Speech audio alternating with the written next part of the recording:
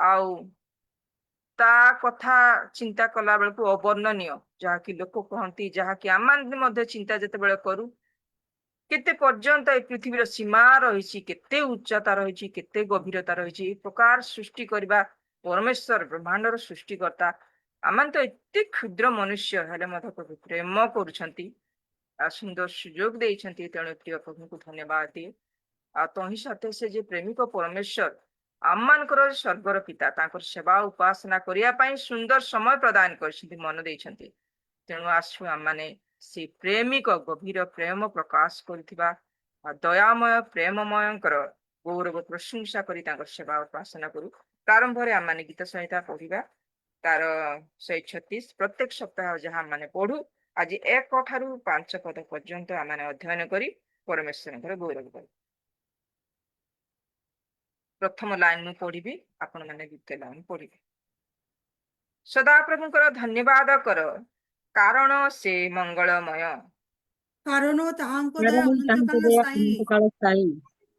ଦେବମାନଙ୍କ ଦେବଙ୍କର ଧନ୍ୟବାଦ କର କାରଣ ତାହାଙ୍କ ଦୟା ତାଙ୍କ ଦୟା ଅନନ୍ତକାଳ ସ୍ଥାୟୀ। ଅନନ୍ତକାଳ ସ୍ଥାୟୀ। ପ୍ରଭୁମାନଙ୍କ ପ୍ରଭୁଙ୍କର ଧନ୍ୟବାଦ କର କାରଣ ତାହାଙ୍କ କାରଣ ଦୟା ତାଙ୍କ ଅନନ୍ତକାଳ ଦୟା ସ୍ଥାୟୀ। ଅନନ୍ତକାଳ ସ୍ଥାୟୀ। ଯେ ମହତ୍ ମହତ୍ ଆଶ୍ଚର୍ଯ୍ୟ କରିବାର ଅଦ୍ବିତୀୟ ତାହାଙ୍କର ଧନ୍ୟବାଦ କର କାରଣ କାରଣ ତାହାଙ୍କ ଦୟା ତାଙ୍କ ଦୟା ଅନନ୍ତକାଳ ଅନନ୍ତକାଳ ସ୍ଥାୟୀ। ସ୍ଥାୟୀ। ଯେ ବୁଦ୍ଧିରେ ଆକାଶ ମଣ୍ଡଳ ନିର୍ମାଣ କଲେ ତାହାଙ୍କର ଧନ୍ୟବାଦ କର କାରଣ ତାହାଙ୍କ କାରଣ ଦୟା ତାଙ୍କ ଦୟା ଅନନ୍ତକାଳ ସ୍ଥାୟୀ। ଅନନ୍ତକାଳ ସ୍ଥାୟୀ। ପ୍ରଭୁ ଏହି ପଠିତ ବାକ୍ୟରେ ପୁଣି ଶ୍ରବଣର ପ୍ରତ୍ୟେକଙ୍କୁ ଆଶୀର୍ବାଦ କରନ୍ତୁ ଆଉ परमेश्वर अध्ययन द्वारा परमेश्वर गौरव पातु। वर्तमान यही समय मध्य मैं अनुरोध करे सिस्टर दीपिका अच्छा सिस्टर को अनुरोध करे आरंभ प्रार्थना रे कढ़ाई मिसेस दीपिका राजकुमार आरंभ प्रार्थना रे कढ़ाई praise the Lord sister. Praise the Lord दीदी प्रेज द लॉर्ड। प्रभुଙ୍କ मान नामको धन्यवाद आउ डिवाइज रे थिबा प्रत्येक प्रभुଙ୍କ दासी मान को मोर आंतरिक सहित नमस्कार। आसंत आमे आरंभ प्रार्थना रे करिबा। धन्यवाद प्रिय पिता महान परमेश्वर तुमर गौरव करुअछि महिमा करुअछि तुम राजा मान कर राजा प्रभु मान कर प्रभु देव मान कर देव महान परमेश्वर अट ओ प्रभु मु धन्यवाद धन्यवाद करुअछि जेते धन्यवाद देले तुमको नियट अटे परमेश्वर कारण तुम आम मान कर सृष्टिकर्ता अट आम मान को जीवन रो मालिक अट आम मान कर परमेश्वर अट प्रभु आम मान कर कोनोसी विषय रे मूल्य नाही आमे धूली मात्र ओ प्रभु तुमर सादृश्य रे फूक देई तुम आम मान को प्रभु जीवन दान देई अछ पिता से धन्यवाद करुअछि तुम्हें जीवित मान को मध्य जीवित हाँ प्रभु से जीवित मान को मध्य आम मान को नाम स्थान देछ हाँ प्रभु मु धन्यवाद करुअछि प्रभु एई दिन गुड़िक प्रभु तुम्हें आम मान को आशीर्वाद करी अनेक विश्व प्रभु ज्ञान बुद्धि दे प्रभु भल मंद कौन तुम्हें आम मान को जनावछ प्रत्येक दुख रे प्रत्येक परिस्थिति आम मान हस्त को तुम्हें छाड़ू ना आम मान परमेश्वर है आम मान चला पथर तुम्हें आम मान साथी साथी ओ प्रभु आम मान संगे संगे रही आग को चलुअछ प्रभु मु धन्यवाद करुअछि पिता मु तुमर महिमा करुअछि हाँ प्रभु मु धन्यवाद करुअछि प्रभु तुमर दासी को ओ प्रभु मुख पात्र मते प्रार्थना कर पई सहाय्य कल विशेष कर मु धन्यवाद करुअछि प्रभु आज डिवाइज रे जते जण प्रभु आम्भे मान अछु हम समस्त तुम आशीर्वाद कर जो मान आसीना से मान को मध्य तुम आशीर्वाद कर आ शीघ्र से मान को प्रभु डिवाइज काना पई सहाय्य कर बोली प्रार्थना करुअछि धन्यवाद देउछि पिता ओ प्रभु जते जण डिवाइज रे अछंती आरंभ ठारो नै शेष पर्यंत हाँ प्रभु वर्शिप अछि आरंभ प्रार्थना अच्छी वर्शिप अच्छी हाँ प्रभु आमर साक्ष्य अच्छी सुनापद अच्छी आहरी आमर वाक्य अच्छी हाँ प्रभु मध्यस्थी प्रार्थना अच्छी हाँ प्रभु बाइबल क्विज अच्छे समस्त प्रभु मु तुमरी चरण तले समर्पण करुअछि अनुग्रह कर दया कर तुम पवित्र आत्मा को साहाय्य दे ओ प्रभु आमान को मध्य रे ओ प्रभु तुम्हें रुह बोली प्रार्थना करुछि धन्यवाद दउछि प्रभु मोर छोट प्रार्थना को तुमरी पद तले समर्पण करी समस्त को तुमरी पद तले समर्पण करी आसुतबा नाजरित यीशु ख्रीष्ट नाम रे मागुछि आमेन आमेन।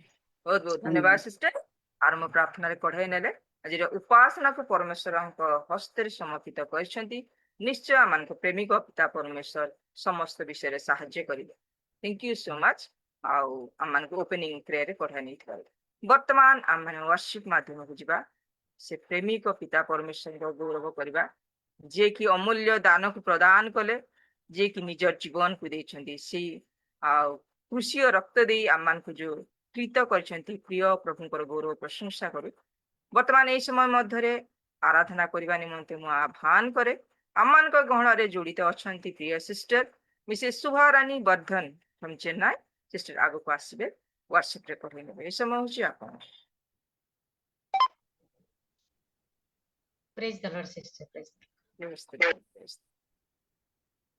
सर्वप्रथमे आमनकर उद्धारकर्ता परमेश्वर को धन्यवाद देवा संगे संगे उपस्थित प्रिय प्रभुंकर दासी मानक मोर ख्रीष्ट प्रेम नमस्कार जनाए मो योग्य दिन धूली को सुंदर सुजोग देइछन्ते सेथिबे मु बहुत बहुत धन्यवाद आपण मानक जनाए विशेष करी मु व्यस्त थिली मो देह को भी खराब काश सर्दी हेची प्रबल तथापि प्रभु को गौरव निमंते आमने व्यवहार हेबा आज मो स्वामी मध्य चेन्नई रु विशाखापाटना जीवे विशाखापाटना रु लंकापट जीवे तांकर यात्रा कुशल निमंते मते प्रार्थना रे रखिबे झियो मध्य हमर हॉस्टल रे रहु छाडिलु एबे वर्तमान सेति निमंते भी व्यस्त थिलु झियो निमंते भी प्रार्थना रे स्मरण करूथिबे आसंतो आमने गौरव प्रशंसा करिबा कारण गौरव प्रशंसा करिबा ही आमानकर युक्ति युक्त उपासना सेति निमंते आमानको प्रभु आमानको गढी छंती आमने प्रत्येक मन आत्मा प्राण को नहीं तांकरी चरण तले आमने समर्पण होबा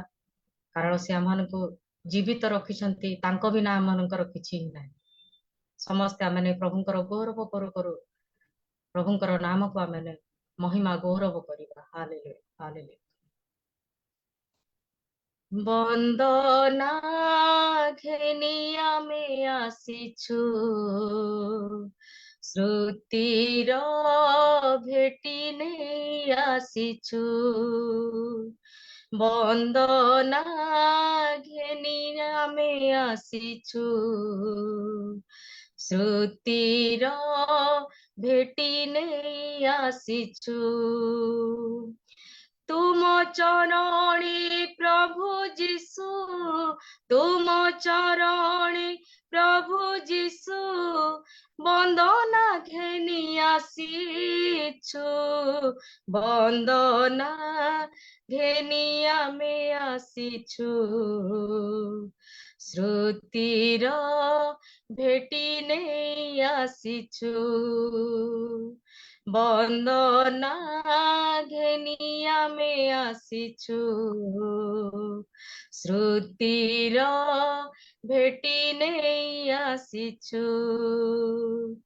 तुमे सकल सृष्टिकर्ता तुमे पापीर मुक्तिदाता तुमे सकल सृष्टिकर्ता तुमे पापीर मुक्तिदाता तुम चरणे प्रभु जीशु तुम चरणे प्रभु जीशु बंदना घेनी आसीछु बंदना घेनिया में आसीछु श्रुतिर भेटी नहीं आसीछु बंदना घेनिया में आसीछु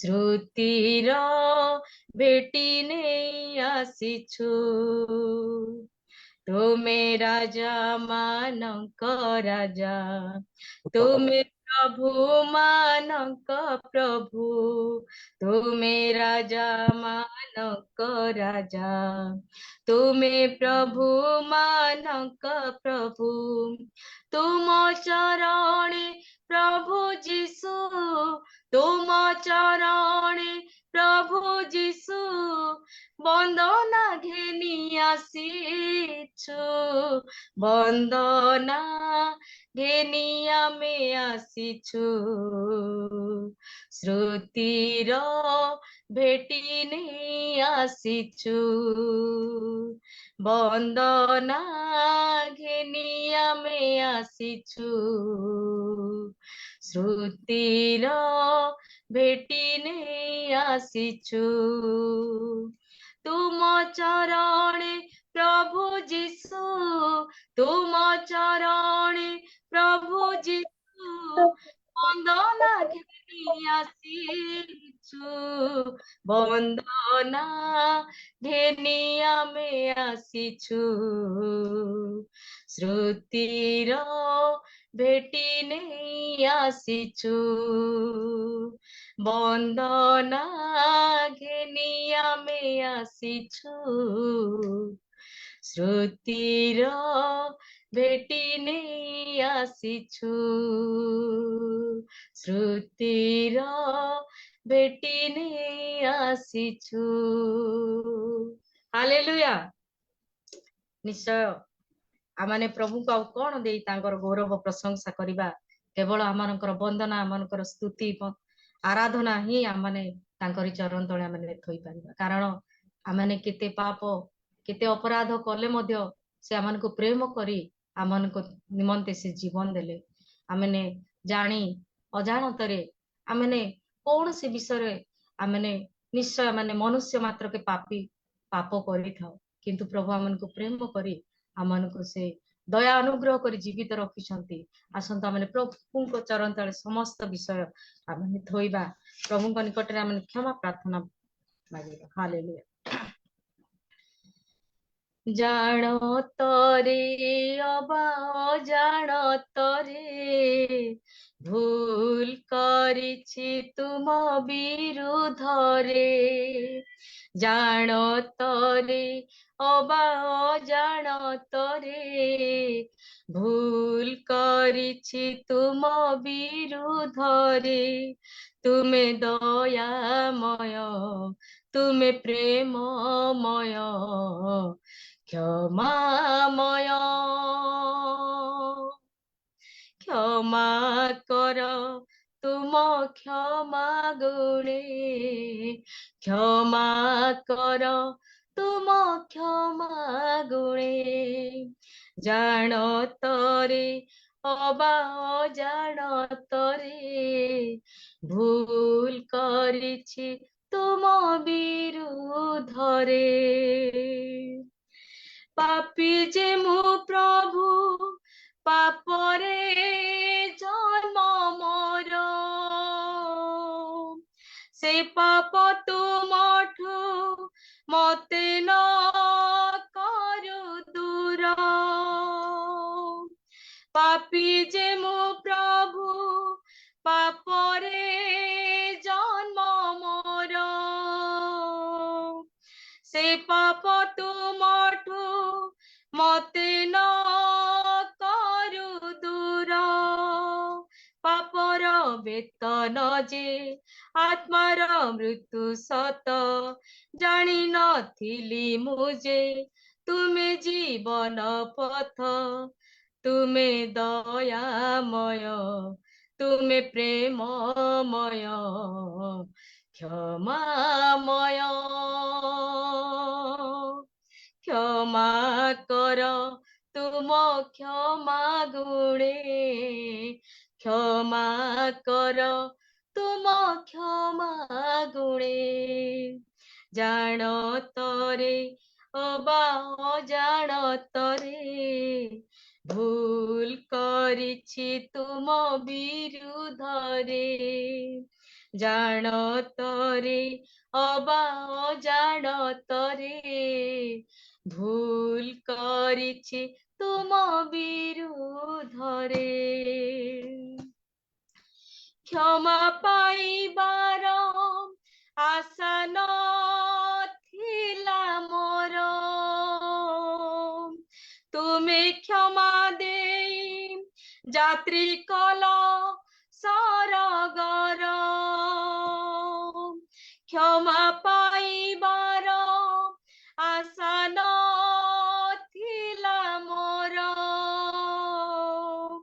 তুমি ক্ষমা দেই যাত্রী কল সরগর কি দেই পুজিবি মু তুমকু হে ঈশ্বর যাহা দেখুছি আজি সবু পরা তুমর প্রভু ধন্য ধন্য তুম মহানাম ক্ষমা দেল ক্ষমা দেল তুম ক্ষমা গুণে ক্ষমা দেল তুম ক্ষমা গুণে জাণতরে ଅବା ଅଜାଣତରେ ଭୁଲ କରିଛି ତୁମ ବିରୁଦ୍ଧରେ ଜାଣତରେ ଅବା ଅଜାଣତରେ ଭୁଲ କରିଛି ତୁମ ବିରୁଦ୍ଧରେ ତୁମେ ଦୟାମୟ ତୁମେ ପ୍ରେମମୟ ক্ষমাময়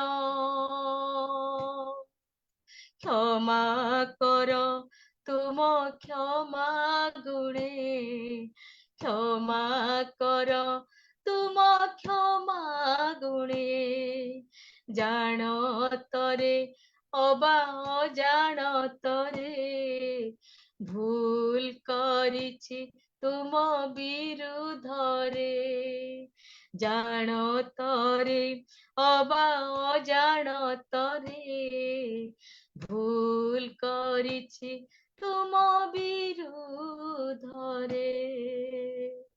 নিশ্চয় প্রেমময় স্বর্গীয় পিতা ଆମେ ପାପୀ ଅଯୋଗ୍ୟ ପ୍ରଭୁ ମନୁଷ୍ୟ ପ୍ରଭୁ ପିତା ମାନେ ଜାଣି ଅଜାଣତରେ ପ୍ରଭୁ ଆମମାନଙ୍କର କଥାରେ ଭାଷାରେ ଚାଲି ଚଳନ ବ୍ୟବହାରରେ ପ୍ରଭୁ ଆମେ ପାପ କରିଅଛୁ ପ୍ରଭୁ କିନ୍ତୁ ପ୍ରଭୁ ତୁମର ସେ ପ୍ରେମର ଗୁଣରେ କ୍ଷମାର ଗୁଣରେ ପ୍ରଭୁ ଆମମାନଙ୍କୁ ତୁମେ କ୍ଷମା ଦେଇ ପ୍ରଭୁ ଏ କ୍ଷୁଦ୍ର ମନୁଷ୍ୟ ମାନଙ୍କୁ ପ୍ରଭୁ ଜୀବିତ ଦେଇ ପ୍ରଭୁ ରଖି ପ୍ରଭୁ ସମସ୍ତ ପ୍ରକାର ଆବଶ୍ୟକତା ଦେଇ ପ୍ରଭୁ ଆମମାନଙ୍କୁ କଢାଇ ନଉଛ ପ୍ରଭୁ ସେଥିପାଇଁ ଧନ୍ୟବାଦ ଦଉଛି धन्यवाद प्रभु धन्यवाद अनुग्रहकारी परमेश्वर तुम्हें एडे प्रेमकारी अनुग्रहकारी परमेश्वर प्रभु किंतु प्रभु प्रभु एक दुष्ट मनुष्य प्रभु तुमको चिन्हिबारे प्रभु तुमको जानिबारे प्रभु पछई जाउछि प्रभु प्रभु आमन को तुम्हें क्षमा करो तुम्हारी प्रति आमन को आकर्षित करो प्रभु जेपरि प्रभु ए मंद जगत रे प्रभु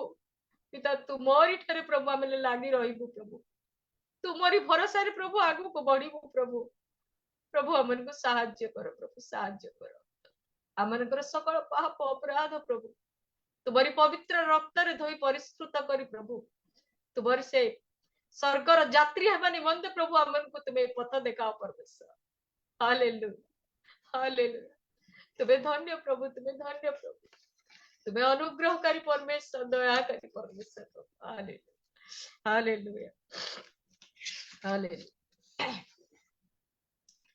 करता हूँ मैं तेरी चिंता तू क्यों चिंता करता है करता हूँ मैं तेरी चिंता तू क्यों चिंता करता है आंसुओं के घाटियों में हाथ न छोड़ूंगा तेरा आंसुओं के घाटियों में हाथ न छोड़ूंगा तेरा करता हूँ मैं तेरी चिंता तू क्यों चिंता करता है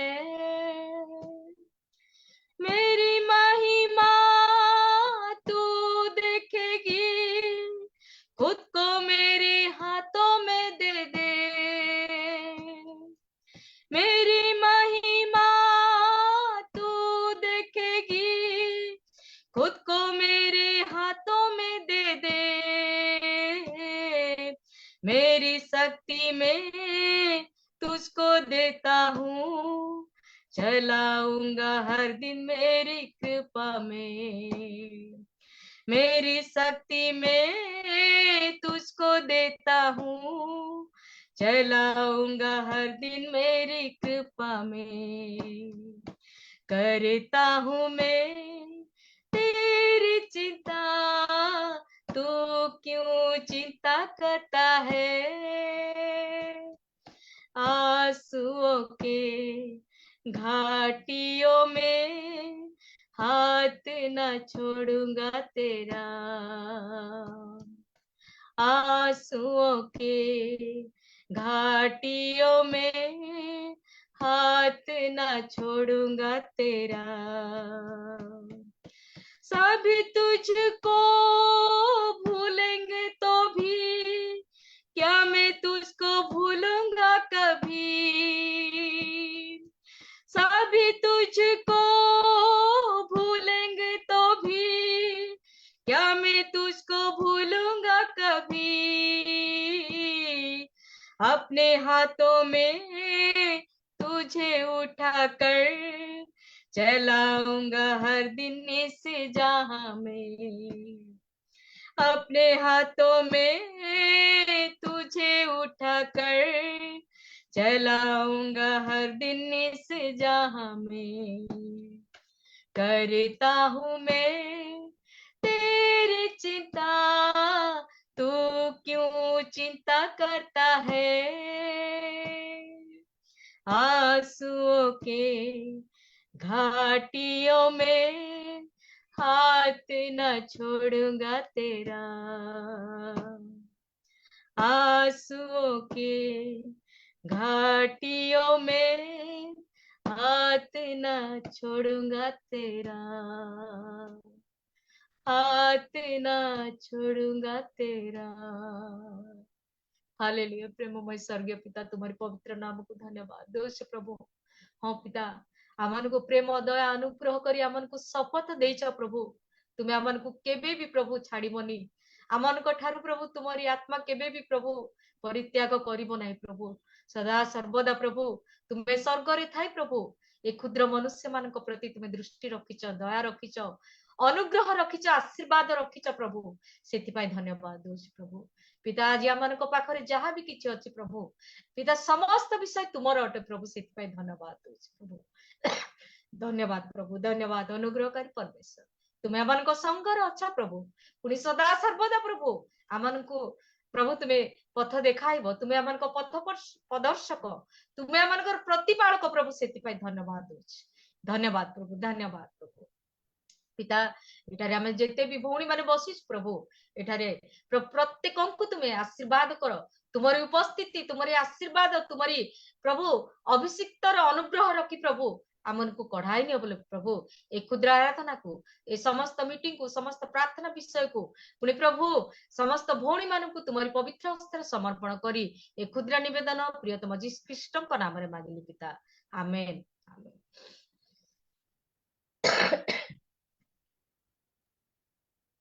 बहुत बहुत धन्यवाद सिस्टर।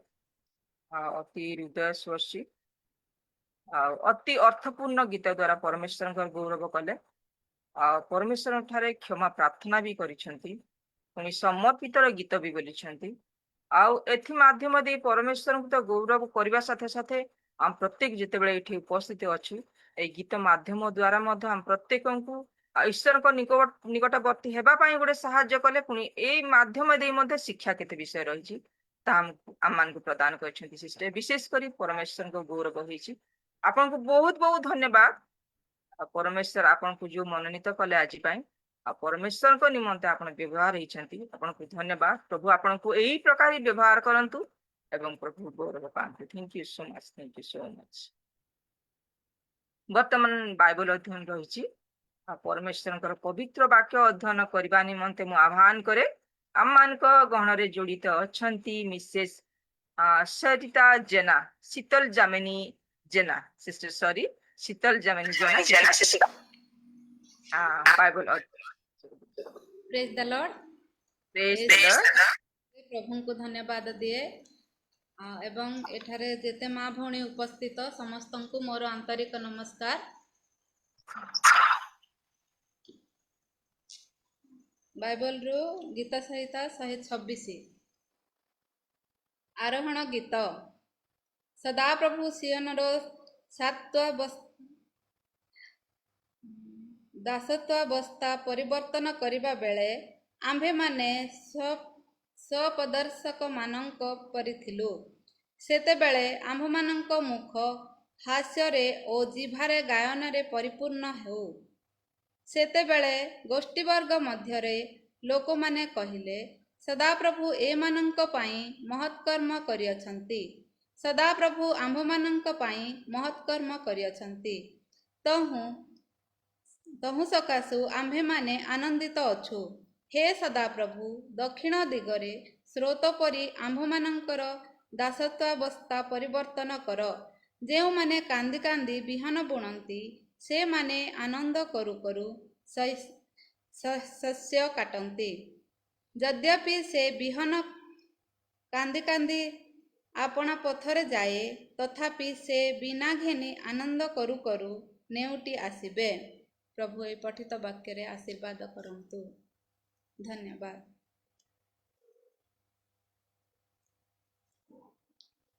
बहुत बहुत धन्यवाद sister। अति उत्तम वाक्य। Repeat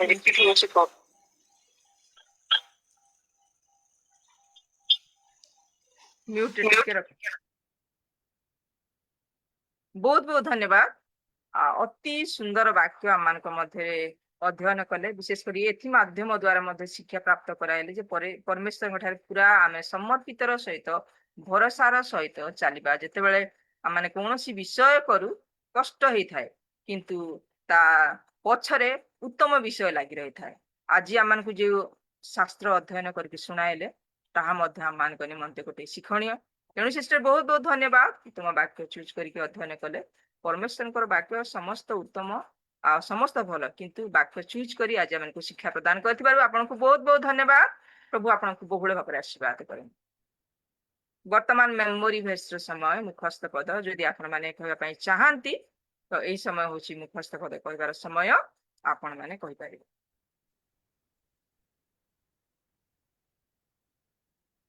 सर्वप्रथमे मो प्रभु महान नाम रे प्रत्येक डिवाइस रे जोड़ी हेतिया प्रभु को दासी दास मान को मोर प्रेस तल। Praise the Lord. आज मोर स्वर्ण पद दीदी, स्वर्ण पद ना? हाँ हाँ स्वर्ण पद।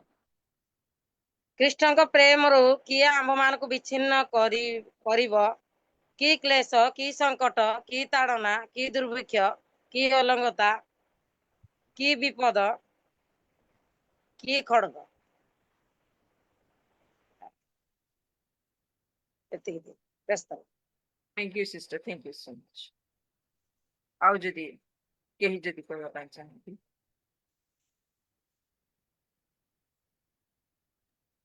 ସମସ୍ତଙ୍କର ପ୍ରେସ୍ ଦ ଲର୍ଡ। ଗୀତ ସଂହିତା 30 ଅଧ୍ୟାୟର 3 ପଦ। ହେ ସଦା ପ୍ରଭୁ, ତୁମ୍ଭେ ପାତାଳରୁ ମୋ ପ୍ରାଣ ଉଠାଇ ଆଣିଅଛ। ମୁଁ ଯେପରି ଗର୍ତ୍ତକୁ ଗମନ ନ କରିବି, ଏଥିପାଇଁ ତୁମ୍ଭେ ମତେ ବଞ୍ଚାଇ ରଖିଅଛ। Praise the lord. Praise the lord. Thank you. সমস্তকে আমার নমস্কার। ধন্য তোমরা সদাপ্রভুকে প্রশংসা করো। ধন্য যে জন সে সদাপ্রভুকে ভয় করে, যে তাহার আজ্ঞাতে অতিমাত্র প্রীত হয়। গীত সঙ্গীতে 112:1-2। Thank you. धन्यवाद भाई। ସମସ୍ତଙ୍କୁ ମୋର ପ୍ରେସ୍ ଦେଲ। Praise the ଯେଉଁ Lord, ଲୋକ praise ଶାସନ ଭଲ ପାଏ ସେ ଜ୍ଞାନ ଭଲ ପାଏ, ମାତ୍ର ଯେ ଅନୁଯୋଗ ଘୃଣା କରେ ସେ ପଶୁ ତୁଲ୍ୟ। ହିତୋପଦେଶ ତାର 12 ପର୍ବ 1 ପଦ। the Lord। Thank you sister, ଧନ୍ୟବାଦ। thank you।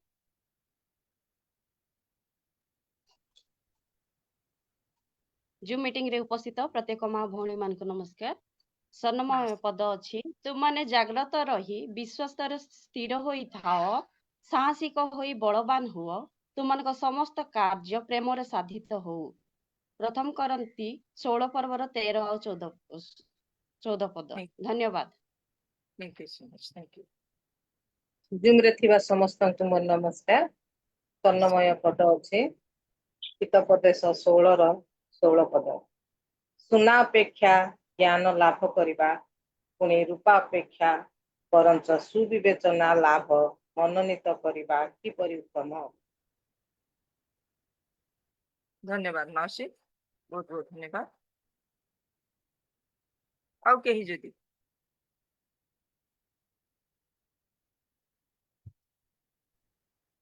ସମସ୍ତଙ୍କୁ ନମସ୍କାର। ପ୍ରେଜ୍ ଦ ଲର୍ଡ।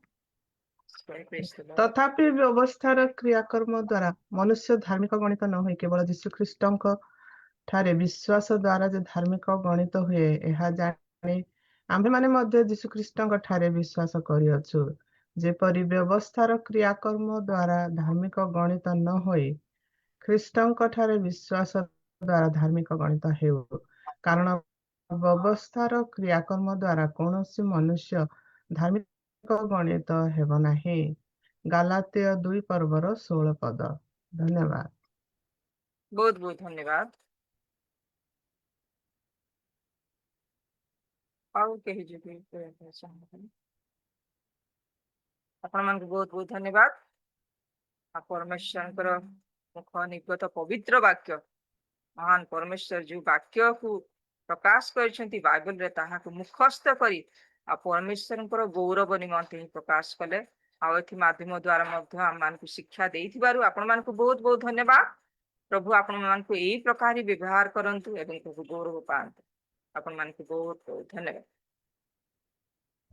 वर्तमान रही बाइबल प्रश्न उत्तर कार्यक्रम आज लेविटिकस आमे 8 चैप्टर 8 पर्व आमाने प्रश्न उत्तर माध्यम दी आमाने शिक्षा प्राप्त हेबा ताहा मान को परिचालना करिवे। ए समय मध्य मु आह्वान करे आम मान को गहन को आसीबे मिसेस सुशीला एवं ता समस्त परिचालना करिवे।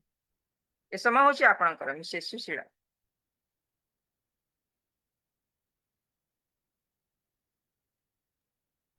Praise the Lord. ସମସ୍ତଙ୍କୁ ଧନ୍ୟବାଦ। ଆସନ୍ତୁ ଦେଖିବା ମୁଁ ସେୟାର କରୁଛି।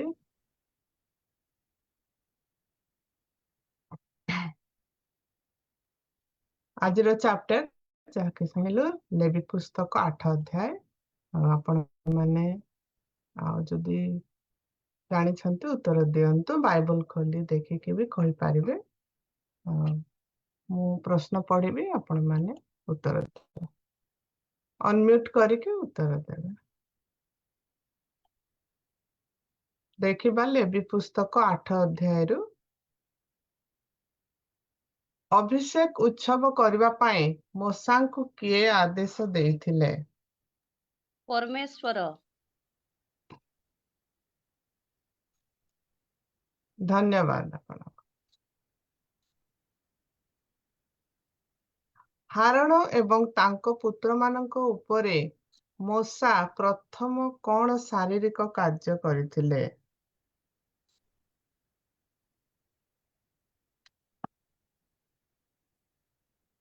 ପ୍ରଥମରେ ହାରଣ ବସ୍ତ୍ର ପରିଧାନ କରିବା ପାଇଁ ଦେଇଥିଲେ ଆଉ ତାପରେ ଅଭିଷେକ ତୈଳ ଢାଳିଥିଲେ।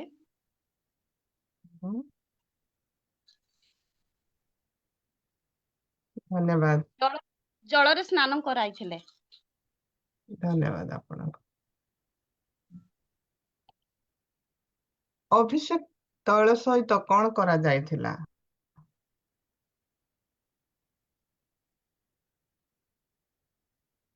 ଅଭିଷେକ୍ତ ତୈଳ ସହିତ ହାରଣକୁ ଅଭିଷିକ୍ତ କରାଯାଇଥିଲା କାରଣ ହାରଣକୁ ପ୍ରତିଷ୍ଠିତ ଯାଜକ ରୂପେ। ଧନ୍ୟବାଦ। ବଳିଦାନ କଣ ଦିଆଯାଇଥିଲା ଏବଂ ହାରଣ ଏବଂ ତାଙ୍କ ପୁତ୍ରମାନେ ଏଥିରେ କଣ କରିଥିଲେ? ପ୍ରଥମ ବଳିଦାନ ଗୋବତ୍ସ ଉତ୍ସର୍ଗ କରିଥିଲେ। ହାରଣ ତାଙ୍କ ପୁତ୍ରମାନେ ଗୋବଚର ମସ୍ତକରେ ହସ୍ତ ଦେଇଥିଲେ। ତାପରେ ବଧ କରାଯାଇଥିଲା। ବଧ କରାଗଲା ପରେ ଆଉ ଆବାସକୁ ମାନେ ସମାଗମ ତମ୍ବୁର ଚତୁର୍ଦିଗରେ ସେ ରକ୍ତକୁ ସେଚନ କରିଥିଲେ। ଆଉ ବେଦୀର ମୂଳରେ ମାନେ ପାର୍ଶ୍ୱରେ ସେ ଜଳକୁ ମାନେ ରକ୍ତକୁ ବୁହାଇଥିଲେ ସେଟାକୁ ପ୍ରାୟଶ୍ଚିତ କରିବା ନିମନ୍ତେ। ପ୍ରାୟଶ୍ଚିତ ପାପାର୍ଥକ ବଳି। ଧନ୍ୟବାଦ।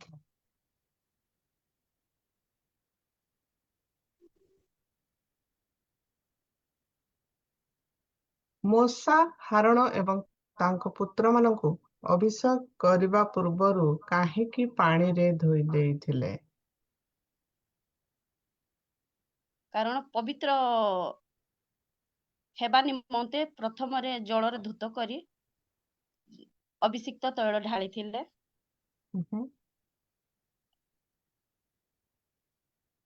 ଧନ୍ୟବାଦ।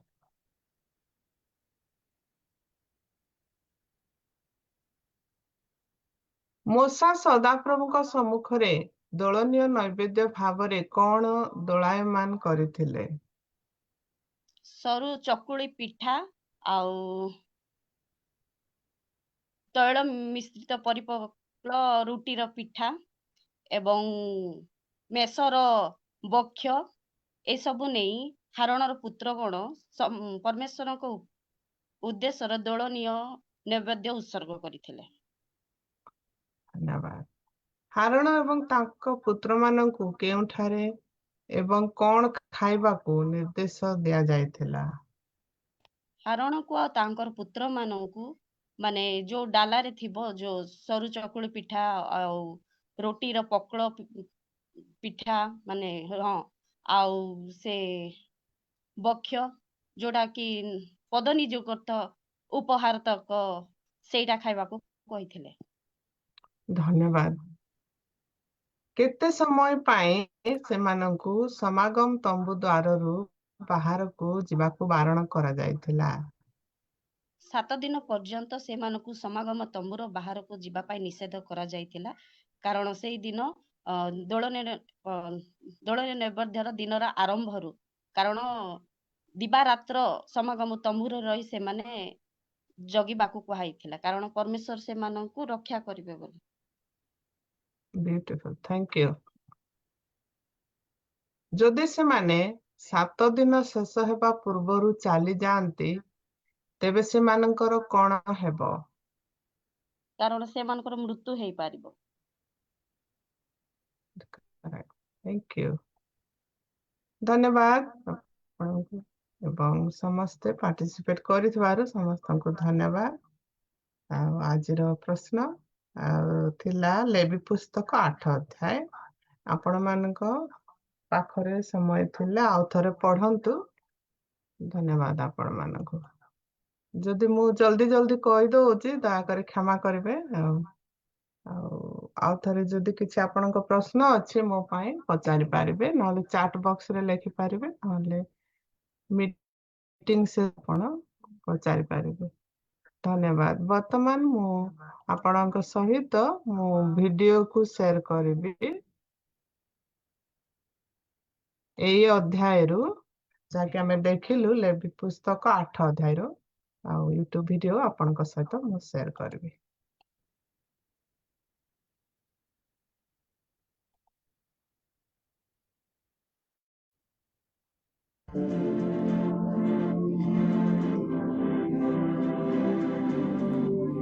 यहोवा ने मूसा से कहा, हारून और उसके पुत्रों को साथ ले जा, और वे वस्त्र और अभिषेक का तेल और पापबलि का बछड़ा और 2 मेढ़े और अख़मीरी रोटी की टोकरी और सारी मंडली को मिलाप वाले तंबू के द्वार पर इकट्ठा कर।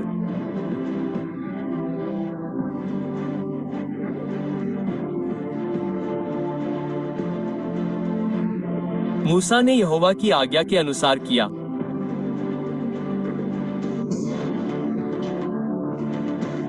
और मंडली मिलाप वाले तंबू के द्वार पर इकट्ठा हो गई।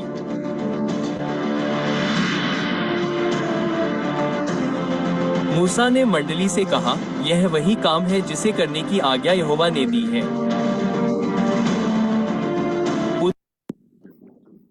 Is no dementia in Israel. If you're a Christian and you don't know that the cure for Alzheimer's and dementia is in the Bible, you should read the scriptures again. I only recommend this biblical drink if you उद्धरण चिन्ह। उसने हारून के पुत्रों को लाया और उन्हें अंगरखे पहनाए और उन पर कमरबंद बांधे और उन्हें सिर पर पट्टियां बांधी जैसे कि यहोवा ने मूसा को आज्ञा दी थी।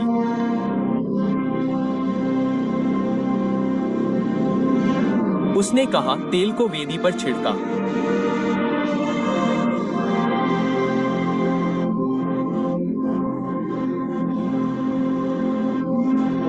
और वेदी और उसके सभी पात्रों और हौदी और उसके आधार का अभिषेक किया ताकि उन्हें पवित्र किया जा सके।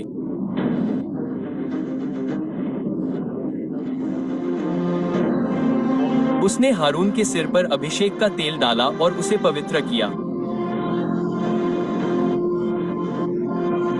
मूसा ने हारून के पुत्रों को लाया और उन्हें अंगरखे पहनाए और उन पर कमरबंद बांधे और उन्हें सिर पर पट्टियां बांधी जैसे कि यहोवा ने मूसा को आज्ञा दी थी।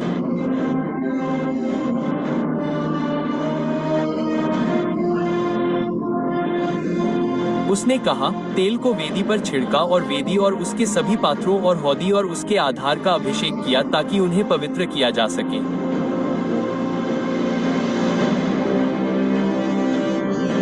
पाप बलि के बछड़े को लाया गया।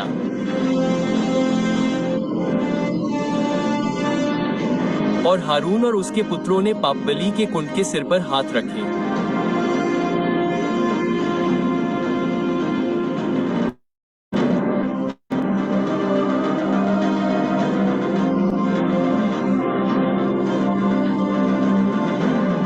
और मूसा ने लहू लेकर अपनी उंगली से वेदी के सींगों पर लगाया।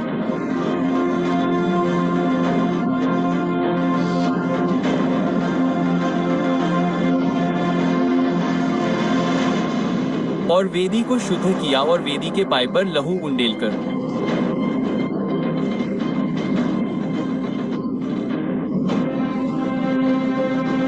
उसके लिए एक पवित्र वस्तु बनाई।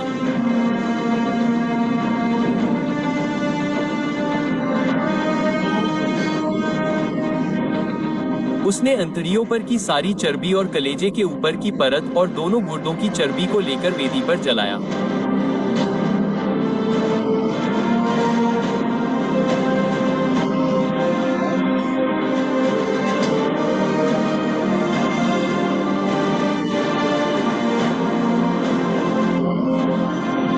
परंतु बछड़े को उसकी खाल, मांस और लिंग समेत छावनी के बाहर आग में जला दिया गया, जैसा कि यहोवा ने मूसा को आज्ञा दी थी।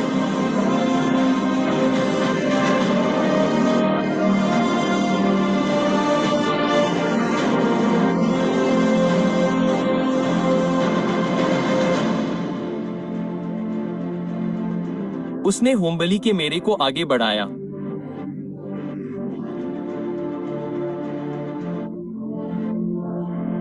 हारून और उसके पुत्रों ने मेरे के सिर पर हाथ रखे, जैसा कि यहोवा ने आज्ञा दी थी मूसा ने। क्या आपने पावर फाइनेंसिंग विंडो के बारे में सुना है? हमें आपके क्षेत्र में 50 घर के मालिकों की जरूरत है जो इस बेहद आसान विंडो रिप्लेसमेंट से। फिर वह हारून के पुत्रों को लाया और मूसा ने उनके दाहिने कान के सिरे पर, उनके दाहिने हाथ के अंगूठे पर और उनके दाहिने पैर के अंगूठे पर कुछ खून लगाया। मूसा को आज्ञा दी थी।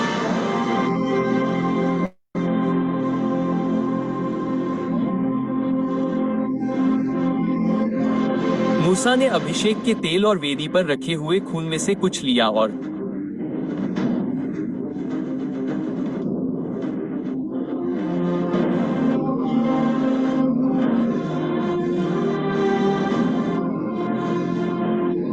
हारून और उसके वस्त्रों पर और उसके पुत्रों पर और उसके साथ उसके पुत्रों के वस्त्रों पर छिड़का और हारून उसके वस्त्रों और उसके पुत्रों और उसके साथ उसके पुत्रों के वस्त्रों को पवित्र किया।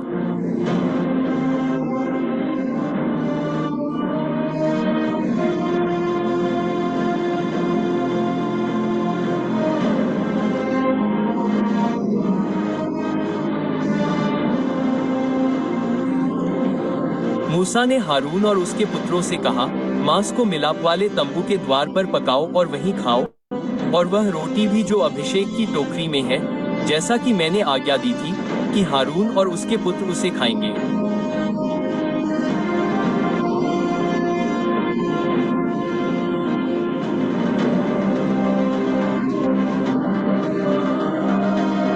जो मांस और रोटी बच जाए उसे तुम आग में जला देना।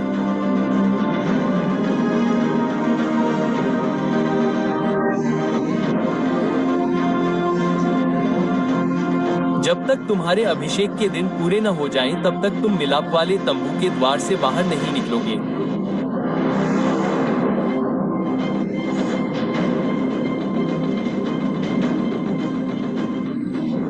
क्योंकि वह 7 दिनों तक तुम्हें पवित्र करेगा। आज जो कुछ किया गया है, उसे करने की आज्ञा यहोवा ने तुम्हारे लिए प्रायश्चित करने के लिए दी है।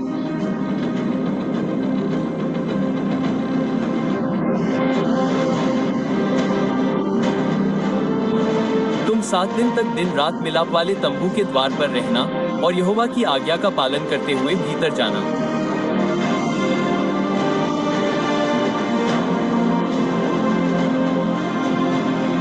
प्राण के लिए मुझे आज्ञा दी गई है।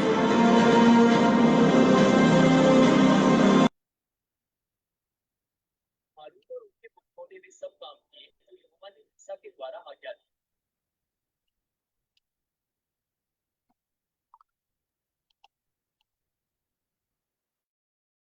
ଧନ୍ୟବାଦ। ଏହା ଥିଲା ଆଜିର ଏହି ଲେବି ପୁସ୍ତକ 8 ଅଧ୍ୟାୟର ଆମେ ଯାହାକି ଦେଖିଲୁ ଆପଣମାନଙ୍କ ବ୍ୟକ୍ତିଗତ ସମୟରେ ମଧ୍ୟ ଆପଣମାନେ ଦେଖିପାରିବେ। ପାର୍ଟିସିପେଟ କରିଥିବାରୁ ଧନ୍ୟବାଦ ଅଛି। ଧନ୍ୟବାଦ, ନମସ୍କାର। ବହୁତ ବହୁତ ଧନ୍ୟବାଦ। ଆଉ ହାରଣ ଆଉ ତାଙ୍କର ପୁତ୍ର ମାନଙ୍କର ଯୋଉ ପବିତ୍ରୀକରଣ ବିଷୟରେ ଆଜି ଅତି ପ୍ରଶ୍ନ ଉତ୍ତର ମାଧ୍ୟମ ଦେଇ ବିଶେଷ କରି ଭିଡିଓ ଶୋ ଯେତେବେଳେ ଆମେ ମାନେ ଦେଖୁଛୁ ଆଉ ଏଇଟା ସବୁ ଗୋଟେ ପିକ୍ଚର ମାଇଣ୍ଡ କୁ ଆସୁଛି ଯାହାକି ରୁହେ ଆମ ମାନଙ୍କର ମନ ମଧ୍ୟରେ ଆଉ ଯାହାକି ଆମେ ମାନେ କେତେ କେତେ ଶୁଣିଛୁ କିଛି କିଛି ପଢିଛୁ କିନ୍ତୁ ଏ ସମସ୍ତ ଆମେ ଯେତେବେଳେ ଏଠି ଦେଖୁଛୁ ଓହୋ ଏଇ ସମସ୍ତ ବିଷୟ ରହିଛି କି ଏହା ମାନଙ୍କୁ ଗୋଟେ ଆଉ ଜ୍ଞାନକୁ ଆଣିଦିଏ ମାନେ ଆସେ ଯେ ଓହୋ ଏଇ ସମସ୍ତ ବିଷୟ ଅଛି କି ଆଉ ଭିଡିଓ ଶୋ ମାଧ୍ୟମ ଦ୍ଵାରା ଆମ ମାନଙ୍କୁ ଆଉ ଏଇ ପ୍ରଶ୍ନ ଉତ୍ତର ଭାବରେ ପଢେଇ ନଉଛନ୍ତି ଭିଡିଓ ଶୋ ମାଧ୍ୟମରେ ଯୋଉ ପଢେଇକି ନଉଛନ୍ତି ତେଣୁ ଆମେ ମାନେ ଜାଣିପାରୁଛୁ କ୍ୱେଶ୍ଚିନ୍ ଆନ୍ସର ମାଧ୍ୟମରେ ମଧ୍ୟ ଶୋ ମାଧ୍ୟମରେ ଆମମାନଙ୍କୁ ଯୋଉ ଶିକ୍ଷା ଗୋଟେଟା ବହୁତ ବଡ ଶିକ୍ଷା ଆମମାନଙ୍କୁ ଦେଇ ଆସିଥିବାରୁ ବହୁତ ବହୁତ ଧନ୍ୟବାଦ।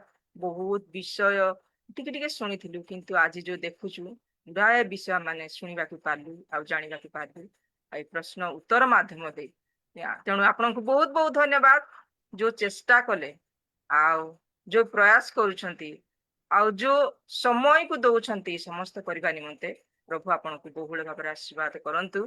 ଆଗାମୀ ଦିନ ମାନଙ୍କରେ ମଧ୍ୟ ଏ ପ୍ରକାର ପ୍ରଭୁ ସାହାଯ୍ୟ କରନ୍ତୁ ଏଥି ମାଧ୍ୟମ ଦେଇ ଅନ୍ୟମାନଙ୍କୁ ତାଙ୍କରି ବିଷୟରେ ଜଣେଇବା ନିମନ୍ତେ ଆଉ ତାଙ୍କରି ବାକ୍ୟକୁ ମଧ୍ୟ ଶିକ୍ଷା ଦେବା ନିମନ୍ତେ ବହୁତ ବହୁତ ଧନ୍ୟବାଦ। ଗୁଡାଏ ବିଷୟ ଆଜି ଦେଖିଲୁ ଆଉ ଜାଣିପାରିଲୁ। Thank you so much. ପ୍ରଭୁ ଗୌରବ ପାଆନ୍ତୁ। ଧନ୍ୟବାଦ।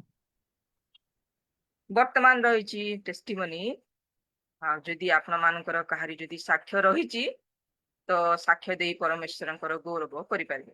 ଏ ସମୟ ହଉଛି ସାକ୍ଷ୍ୟ ଦେବାର ସମୟ। ସର୍ବପ୍ରଥମେ ମୁଁ ସଦାପ୍ରଭୁଙ୍କୁ ଧନ୍ୟବାଦ ଦଉଛି। ଡିଭାଇସରେ ଯୋଡି ହେଇଥିବା ପ୍ରତ୍ୟେକ ଦାସୀ ମାନଙ୍କୁ ମୋର ନମସ୍କାର। ପ୍ରେଜ୍ ଦ ଲର୍ଡ। ଆଉ ମୋର ସାକ୍ଷ୍ୟ ଗତ ସପ୍ତାହରୁ ଏ ସପ୍ତାହ ପର୍ଯ୍ୟନ୍ତ ପରମେଶ୍ୱର ମୋର ମୋ ପରିବାରର ଯତ୍ନ ନେଇଛନ୍ତି। ଖାଦ୍ୟ ବସ୍ତ୍ର ଦେଇ ପରିତୃପ୍ତ କରିଅଛନ୍ତି। ଆଉ ମୋର ସାକ୍ଷ୍ୟ ସମ୍ପୂର୍ଣ୍ଣ ଭାବରେ ଯେପରି ମୁଁ ପ୍ରଭୁଙ୍କର ସେବା କରିପାରିବି ସେ ସେବା ପାଇଁ ମୋତେ ପବିତ୍ର ଆତ୍ମାର ଜରୁରୀ ଅଟେ, ଶକ୍ତି ସାମର୍ଥ୍ୟର ଜରୁରୀ ଅଟେ। ଏ ସମସ୍ତ ବିଷୟ ଯେପରି ମୁଁ ପାଇ ଆଗକୁ ବଢି ପାରିବି ଆଉ ପରମେଶ୍ୱର ମୋର ସହବର୍ତ୍ତୀ ହେବେ ସେଥିପାଇଁ ଆପଣଙ୍କୁ ମୋର ଅନୁରୋଧ ଆପଣ ଟିକେ ପ୍ରାର୍ଥନା କରିବେ ସମସ୍ତେ ମିଶି ମୋ ପାଇଁ ପ୍ରାର୍ଥନା କରନ୍ତୁ ଆଉ ମୁଁ ଯେପରି ପ୍ରଭୁଙ୍କର ସେବା କାର୍ଯ୍ୟ କରିପାରିବି। ଧନ୍ୟବାଦ। ଧନ୍ୟବାଦ ସିଷ୍ଟର। ଏଥି ନିମନ୍ତେ ଆମେ ପ୍ରାର୍ଥନା କରିବା। ଆଉ ଯଦି କାହାରି ସାକ୍ଷ୍ୟ ଅଛି ବା ଅନୁରୋଧ ପ୍ରାର୍ଥନା ରହିଛି ସେ ବିଷୟରେ ଜଣା କଲେ ଆମେ ଧନ୍ୟବାଦ ପ୍ରାର୍ଥନା ଦେବା ଅନୁରୋଧ ପ୍ରାର୍ଥନା ମଧ୍ୟ ରଖିବା। ମୋର ଗୋଟେ ଅନୁରୋଧ ଅଛି। ଆଉ ଆମ ଦିଟା ଝିଅର ଗର୍ଭ ଅବସ୍ଥାରେ ଅଛନ୍ତି। ଆମର ମଝିଆ ଝିଅ ବି ଗର୍ଭ ଅବସ୍ଥାରେ ଅଛି। ଆଉ ତା ନିମନ୍ତେ ଦିଟା ଝିଅ ନିମନ୍ତେ ପ୍ରାର୍ଥନା କରିବେ। ଆଉ ଆମର ପଡିଶା ଘରେ ସାମୁଏଲ ତାଣ୍ଡି ବୋଲି ତାଙ୍କ ଦେହ ବହୁତ ଅସୁସ୍ଥ। ତାଙ୍କ ନିମନ୍ତେ ତାଙ୍କ ପରିବାର ନିମନ୍ତେ ପ୍ରାର୍ଥନା ରଖିବେ। ଆମର ବିଜୁ ମାମୁଆଙ୍କର ପରିବାର ପାଇଁ ବି ପ୍ରାର୍ଥନାରେ ରଖିବେ। ତାଙ୍କ ପରିବାର ମଧ୍ୟରେ ବି ଗୋଟେ ସମସ୍ୟା ଚାଲିଛି। ସେ ସମସ୍ୟା କେମିତି ସମାଧାନ ହେବ ସେଥି ନିମନ୍ତେ ପ୍ରାର୍ଥନା। ଓକେ ଏଥି ନିମନ୍ତେ ଆମେ ପ୍ରାର୍ଥନା କରିବା। ଆଉ ଯଦି କାହାରି ପ୍ରାର୍ଥନା ଅନୁରୋଧ ଅଛି। ମୋ ଭଉଣୀର ଦେହ ମଧ୍ୟ ଅସୁସ୍ଥ ଅଛି ତା ପାଇଁ ମଧ୍ୟ ପ୍ରାର୍ଥନା କରିବେ।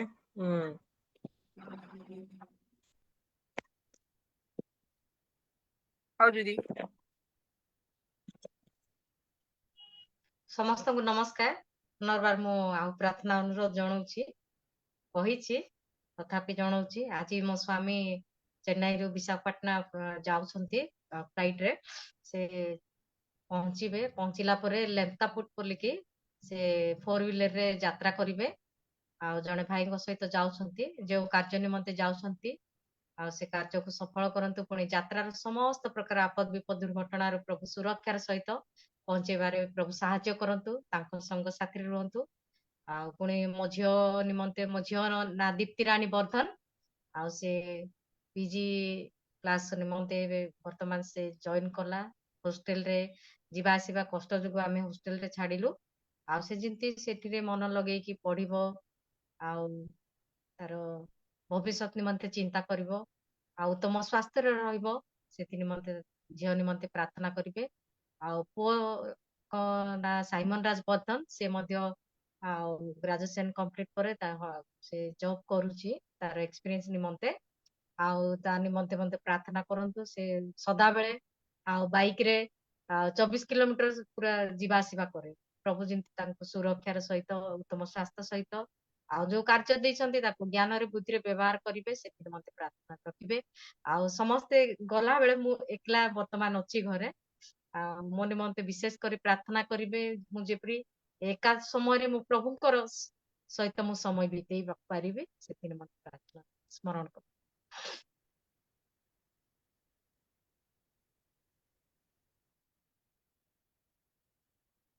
ଆଉ ଯଦି କାହାରି ଅଛି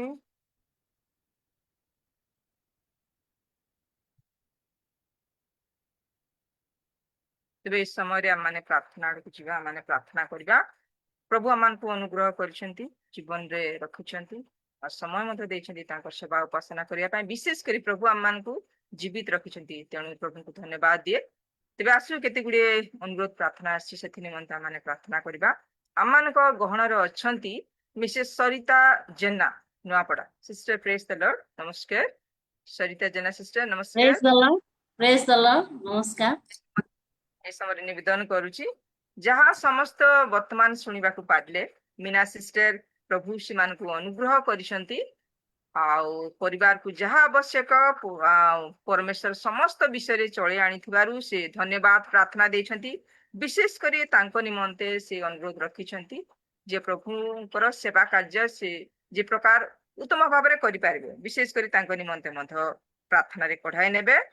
ପୁଣି ଏ ସମୟ ମଧ୍ୟରେ ଆମମାନଙ୍କର ଆଶା ପ୍ରେଖା ମାଉସୀଙ୍କ ଠାରୁ ଶୁଣିବାକୁ ପାରିଥିବେ ଦୁଇ ଗୋଟି ଝିଅ ସେମାନଙ୍କ ନିମନ୍ତେ ସେମାନେ ପ୍ରେଗନେଣ୍ଟ ଅଛନ୍ତି ସେମାନଙ୍କ ନିମନ୍ତେ।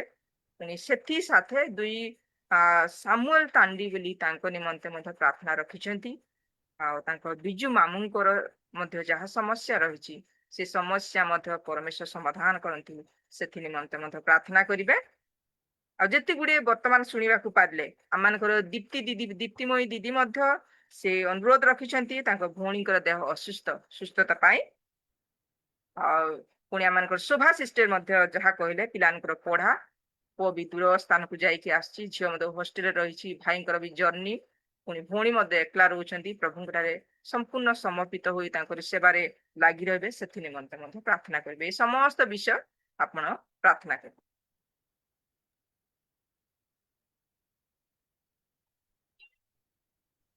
ଆସନ୍ତୁ ଆମେ ପ୍ରାର୍ଥନା କରିବା।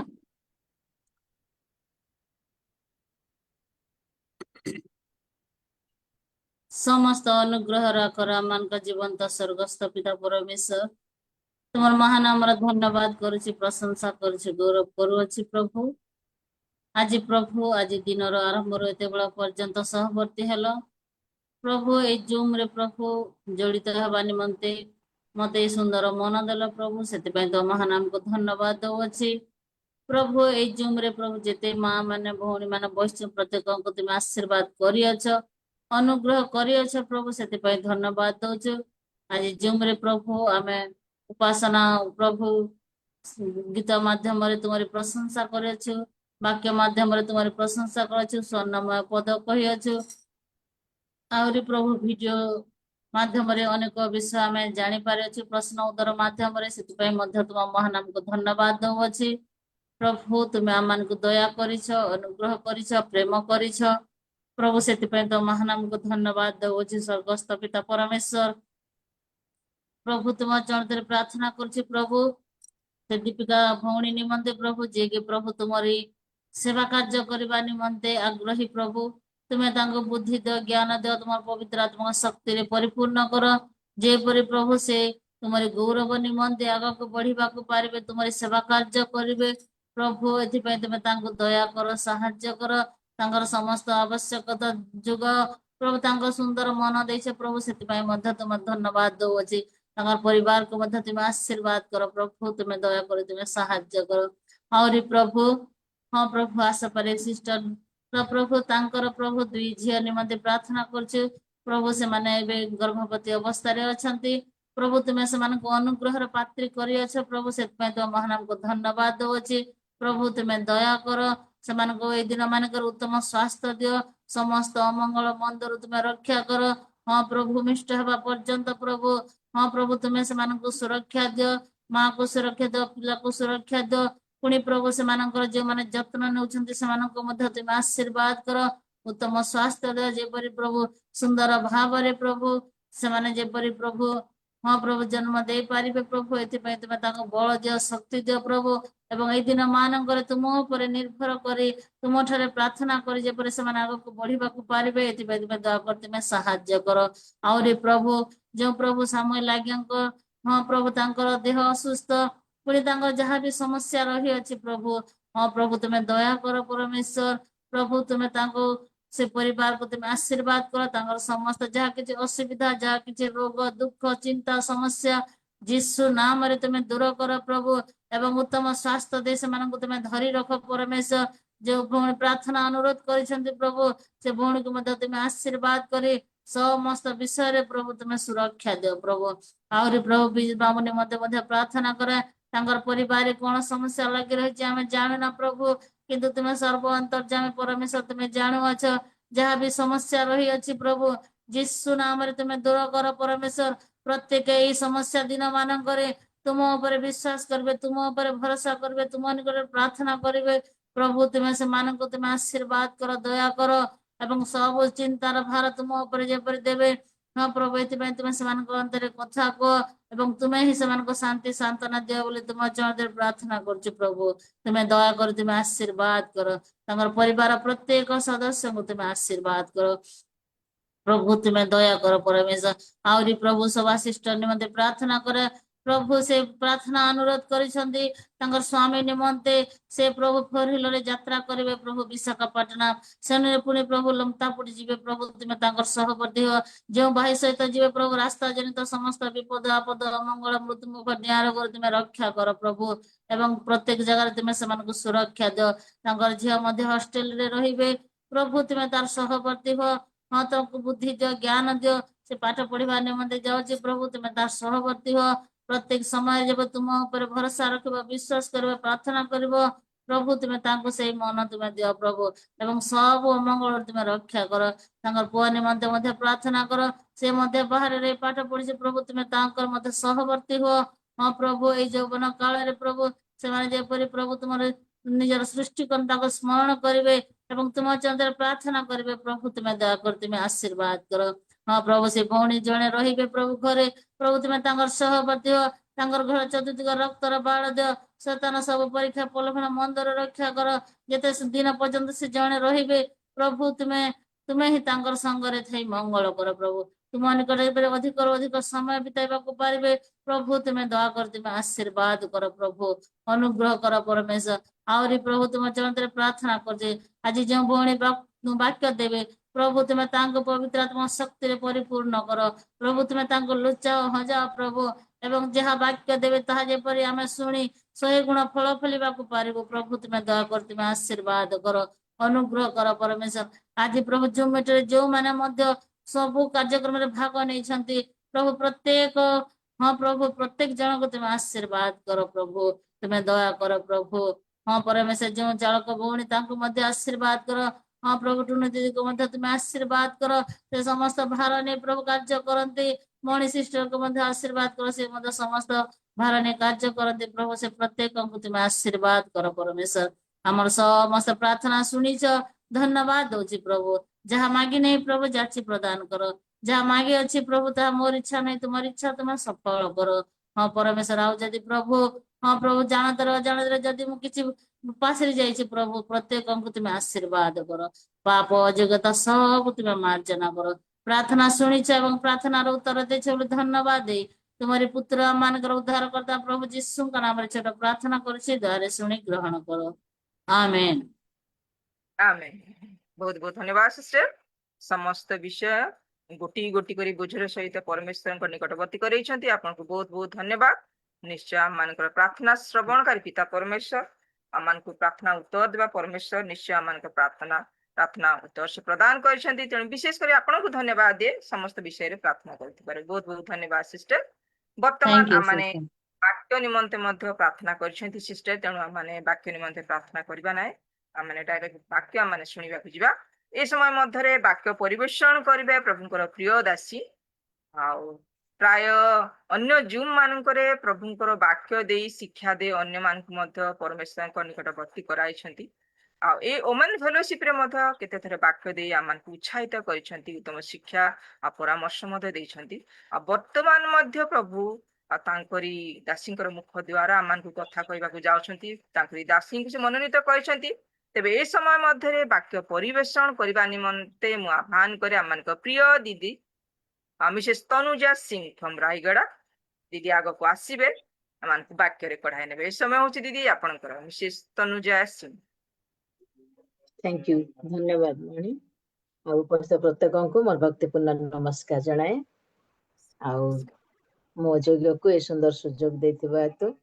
ଆଉ ଟୁନୁ ଝିଅକୁ ବିନ୍ଦୁ ଭଉଣୀକି ବହୁତ ବହୁତ ମୋ ହୃଦୟର କୃତଜ୍ଞତା ଜଣାଏ ଆଉ ବାକ୍ୟ କହିବା ପାଇଁ ବୋଲି ପ୍ରକୃତରେ ଡର ଲାଗୁଛି ବାକ୍ୟ କହିବାର ସେମିତି ଯୋଗ୍ୟତା କି ସାମର୍ଥ୍ୟ ଆମ ପାଖରେ ନାହିଁ ମୁଁ ତ ଯୋଗ୍ୟ ସହଯୋଗ ମଧ୍ୟ ମୁଁ କରିପାରୁନି ଏଥିପାଇଁ ବିଶେଷ କରି କ୍ଷମା ପ୍ରାର୍ଥନା କରୁଛି ପ୍ରଭୁ ଆମମାନଙ୍କୁ ଅନୁଗ୍ରହ କରି ଆଜି ସୁନ୍ଦର ଦିନ ଦେଖିବା ପାଇଁ ଦେଇଛନ୍ତି ତାଙ୍କର ଦୟା ଏବଂ ଅନୁଗ୍ରହରେ ପ୍ରତ୍ୟେକ ଦିନ କଢେଇ ଆଣୁଛନ୍ତି ଏଥିପାଇଁ ତାଙ୍କର ମହାନ ନାମର ଧନ୍ୟବାଦ ହଉ ସେ ଆମମାନଙ୍କୁ ପ୍ରତ୍ୟେକ ଅବସ୍ଥାରେ ଧରି ରଖୁଛନ୍ତି ପ୍ରତ୍ୟେକ ଅବସ୍ଥାରେ ଆମଙ୍କର ସହବର୍ତ୍ତୀ ପରମେଶ୍ୱର ଏଥିପାଇଁ ସେ ମହାନ ପରମେଶ୍ୱରଙ୍କ ନାମର ଧନ୍ୟବାଦ ହଉ ଆଉ ଏଇ ବାକ୍ୟ ଯେ ନୂଆ ବାକ୍ୟ ତାହା ନୁହେଁ ପୁରୁଣା ବାକ୍ୟ ମୁଁ କହିଥିବା ବାକ୍ୟ ପୁନର୍ବାର ଉତ୍ତରେ କହିବା ପାଇଁ ଯାଉଛି ଯେ ପ୍ରକୃତରେ ଆମମାନେ ପରସ୍ପର ଅନେକ ସମୟରେ ଦେଖା ସାକ୍ଷାତ ହେଇଥିଲେ ମଧ୍ୟ ସମ୍ପୂର୍ଣ୍ଣ ଭାବରେ ଆମେ କଣ କରିପାରିନଥାଉ ଜଣକୁ ଜଣେ ଚିହ୍ନି ପାରିନଥାଉ ଆମେ ଉପର ଭାବରେ ଜଣକୁ ଚିହ୍ନୁଛୁ ଜାଣୁଛୁ କିନ୍ତୁ ପ୍ରକୃତରେ ହୃଦୟର ସହିତ ତାକୁ ପ୍ରକୃତରେ ଆମେ ଚିହ୍ନି ପାରିନଥାଉ କିନ୍ତୁ ପରମେଶ୍ୱରଙ୍କର ପବିତ୍ର ବାକ୍ୟ ଆମମାନଙ୍କୁ ଏକ ସୁନ୍ଦର ପରାମର୍ଶ ଏଠି ଗୋଟେ ସୁନ୍ଦର ଶିକ୍ଷା ଆଜି ଦଉଛନ୍ତି ଦାଉଦ ଯେ ଗୀତ ସଂହିତା 139 ଗୀତରେ ଆଉ ସେ କେତେ ସୁନ୍ଦର ବିଷୟ ଆମମାନଙ୍କୁ କହୁଛନ୍ତି ଯେ ସଦାପ୍ରଭୁ ପରମେଶ୍ୱର ସେ କି ପ୍ରକାର ଆମମାନଙ୍କୁ ଚିହ୍ନିଛନ୍ତି ସେ କି ପ୍ରକାର ଆମମାନଙ୍କର ସହିତ ଅଛନ୍ତି ସେ କି ପ୍ରକାର ଆମମାନଙ୍କର ସହିତ ସବୁବେଳେ ରହି ଆସୁଛନ୍ତି ସବୁ ଅବସ୍ଥାରେ ରହି ଆସୁଛନ୍ତି ସେଇ କଥା ସେ ଆମମାନଙ୍କୁ ଏ ସ୍ଥାନରେ କହୁଛନ୍ତି ଆଉ ଏଇ ବାକ୍ୟ କହିବା ପୂର୍ବରୁ ଏଇ ବାକ୍ୟ ଉପରେ ଥିବା ଗୀତର ଗୋଟେ ଘୋଷା ପଦକୁ ମୁଁ ବୋଲିବି ତାପରେ ବାକ୍ୟ କହିବି हे सदा प्रभु तुमे କରିଛ ଅନୁସନ୍ଧାନ ତୁମେ ନେଇଛ ମୋ ପରିଚୟ ମୋର ବସିବାର ପୁଣି ଉଠିବାର ଜାଣ ସଂକଳ୍ପ ସବୁ ମୋହର हे सदा प्रभु तुमे କରିଛ ଅନୁସନ୍ଧାନ ତୁମେ ନେଇଛ ମୋ ପରିଚୟ ମୋର ବସିବାର ପୁଣି ଉଠିବାର ଜାଣ ସଂକଳ୍ପ ସବୁ ମୋହର हे सदा प्रभु ଆମେ ଏଇ କଥା ଗୀତ ସଂହିତା 139 ଗୀତରେ ଆମେ ଦେଖୁଛୁ ଯେ ତାର ପ୍ରଥମ ପଦରେ ଲେଖା ଅଛି हे ସଦା ପ୍ରଭୁ ତୁମେ ମୋର ଅନୁସନ୍ଧାନ କରିଅଛ ଓ ମୋର ପରିଚୟ ନେଇଅଛ ସଦାପ୍ରଭୁ ପରମେଶ୍ୱର ଯେ ସକଳ ସୃଷ୍ଟିର ସୃଷ୍ଟିକର୍ତ୍ତା ପରମେଶ୍ୱର ସାରା ଜଗତକୁ ସେ କଣ କରୁଛନ୍ତି ତାଙ୍କର ପରିଚୟ ମଧ୍ୟରେ ରଖୁଛନ୍ତି ସେମାନଙ୍କ ମଧ୍ୟରୁ ଆମେ ମାନେ ମଧ୍ୟ ଜଣେ ଜଣେ ଆମର ପରିଚୟ ମଧ୍ୟ ସେ କଣ କରିଛନ୍ତି ନେଉଛନ୍ତି ଯୋଉ ପରମେଶ୍ୱର ସକଳ ସୃଷ୍ଟିର ସୃଷ୍ଟିକର୍ତ୍ତା ସମସ୍ତ ଜଗତକୁ ନିୟନ୍ତ୍ରଣ କରନ୍ତି ଆକାଶ ପୃଥିବୀ ସ୍ଥଳ ଜଳ ଆଉ ଜୀବ ଜନ୍ତୁ ପଶୁ ପକ୍ଷୀ ସମସ୍ତ ବିଷୟର ଯେଉଁ ପରମେଶ୍ୱର ତତ୍ଵ ନିଅନ୍ତି ଯେଉଁ ପରମେଶ୍ୱର ତାର ଦାୟିତ୍ଵ ନିଅନ୍ତି ଯାହାକୁ ପ୍ରତିପାଳନ କରନ୍ତି ସେଇ ପରମେଶ୍ୱର ଆଜି ଆମମାନଙ୍କୁ କଣ କରୁଛନ୍ତି ସେ ଅନୁସନ୍ଧାନ କରୁଛନ୍ତି ବ୍ୟକ୍ତିଗତ ଭାବରେ ଆଉ ଆମମାନଙ୍କର ପରିଚୟ ନେଉଛନ୍ତି से महान परमेश्वर पाद तले आज आम निज निजको धन्य मन करने कथा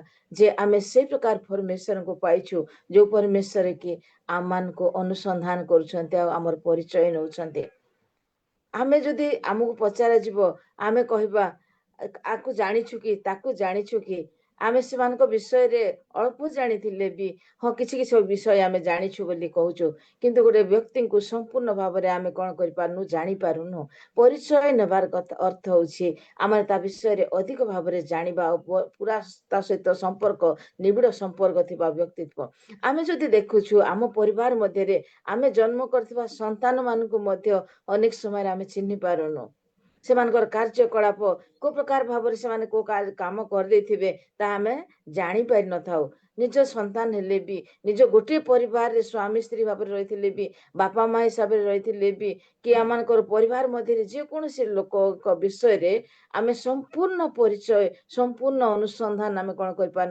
करि पारि न थाउ गोटे जगह मिसिकी थिले भी संपूर्ण भाव ता विषय रे आमे अनुसंधान करि पारि न थाउ कि समस्त विषय परिचय आमे नै न पारि थाउ मात्र सदा प्रभु आम मान को स्थान रे गोटे सुंदर कथा कहउछंती जे से आमन को व्यक्तिगत भाव रे श्रवण करछंती अनुसंधान करूछंती आ हमर परिचय नउछंती गीत संहिता 8:4 रे लिखा जाउची जे मनुष्य किए जे दाऊद कहउछंती मनुष्य किए जे तुमे ताको एते मनोयोगी हिछ आ तार तत्व तुमे नउछ ता प्रति तमर मनोभाव एते मनुष्य एक धूली यह परमेश्वर जानती आमे धूली मात्र यह परमेश्वर जानती तथापि एई धूली मान को से कौन करूछंती से अनुसंधान करूछंती आ हमर परिचय नउछंती आम गोटे परिचय देइछंती तांकर संतान हेबा पई महान परमेश्वरकर संतान संतति हेबा पई आमन गोटे परिचय देइछंती से आमे केते भाग्यवान स्वर्गर सृष्टिकर्ता परमेश्वरकर संतान संतति हेबा पई एक परिचय आमाने पाइछु आ से कि प्रकार भाव अनुसंधान करूछंती आमे बाहिक भाव रे लोकन को देखिकी लोकन को विषय रे भलो मंद न जानिले मधे कोन करूछु तांको विषय रे भलो कि मंद आमे कहि देई थाउ गोटे लोक विषय रे सठिक भाव रे आमे जानि नथिले भी ता विषय रे मंद विषय हो कि भलो विषय हो कोन कर दउछु कहि दउछु तार प्रकृत सठिक विषय माने ताको भलो भाव रे जानि न थाउ मात्र परमेश्वर एठी हमको कि प्रकार भाव से अनुसंधान करूछंती आ परिचय दउछंती हमको से जे आमे दुई पदर देखुछु तुम्हे मोर बसिबार ओ उठिबार जानुअछ तुम्हे दूररु मोर संकल्प बुझुअछ मोर प्रिय माने मोर परमेश्वर से माने बसिबा पुणी उठिबा जानुछंती आमे कि प्रकार भाव रे बसुछु आ कि प्रकार भाव रे उठुछु साहा मध्य से कोन करछंती जानुछंती आमे निजे निजे मध्य बेले बेले कि प्रकार बसिछु जानि पारि न थाउ असजरे बसि जाई थाउ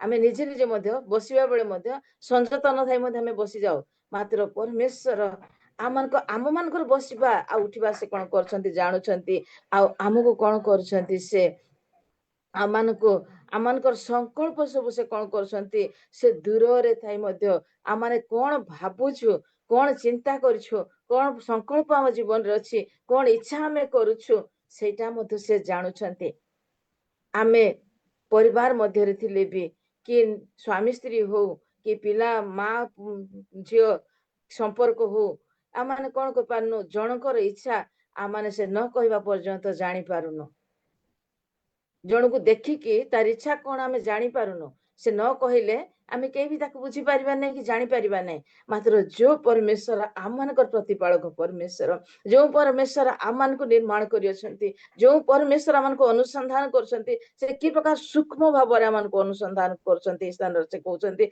जे आमे बसिबाटा भी से जानुछंती आमे उठिबाटा मध्ये से जानुछंती आमे जो संकल्प सब करूछु से सब मध्ये से कोन करछंती बुझी जाउछंती से खाली जानू नांती बुझी जाउछंती आमन को उत्तर देबा पई आमे कोन संकल्प करूछु आमनकर आवश्यक कोन सेटा कोन करछंती से जानी जाउछंती से संकल्प कोन करछंती से बुझी जाउछंती आमनकर आवश्यकता पूर्ण करिबा पई आउ तळ पदे लेखा अछि तुम्हे मोर शयन ओ गमन तुम्हे मोर गमन ओ शयन अनुसंधान करूछ आ मोर सकल गति जानुअछ जो परमेश्वर आमन को चालिबारे आमे सोइबा बेले सबु अवस्था रे से कोन करछंती से अनुसंधान करूछंती ଅନେକ ସମୟରେ ଆମେ ଶୋଇବା ବେଳେ ମଧ୍ୟ ଆମମାନଙ୍କର ଶଯ୍ୟା ମଧ୍ୟରେ ଅନେକ ମନ୍ଦ ବିଷୟ ମଧ୍ୟ ଆମେ ଆଲୋଚନା କରୁଛୁ। ଶଯ୍ୟାରେ ଶୋଇଥିବା ବେଳେ ଆମମାନଙ୍କୁ ନିଦ ହବ ନାହିଁ। ଅନେକ ସମୟରେ ଅନେକ ବିଷୟ ଆମେ ଚିନ୍ତା କରୁଛୁ। କୌଣସି କାର୍ଯ୍ୟ ଆମେ ସଫଳ କରିପାରିବା ନାହିଁ, କୌଣସି କାର୍ଯ୍ୟ ଆମ ଦେଇ ହବ ନାହିଁ।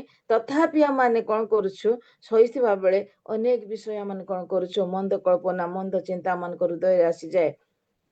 ଆମେ ଗମନ କଲା ବେଳେ ମଧ୍ୟ କୌଣସି ସ୍ଥାନରେ ବିପଦର ସମ୍ମୁଖୀନ ଯେପରି ନ ହବୁ, ଆଉ କେଉଁ ଜାଗାକୁ ଆମେ ଯାଉଛୁ, କେଉଁ ଜାଗାକୁ ଆମେ କି ପ୍ରକାର ଭାବରେ ଯାଉଛୁ, ଏ ସମସ୍ତ ବିଷୟ ସେ କଣ କରୁଛନ୍ତି, ଅନୁସନ୍ଧାନ କରୁଛନ୍ତି।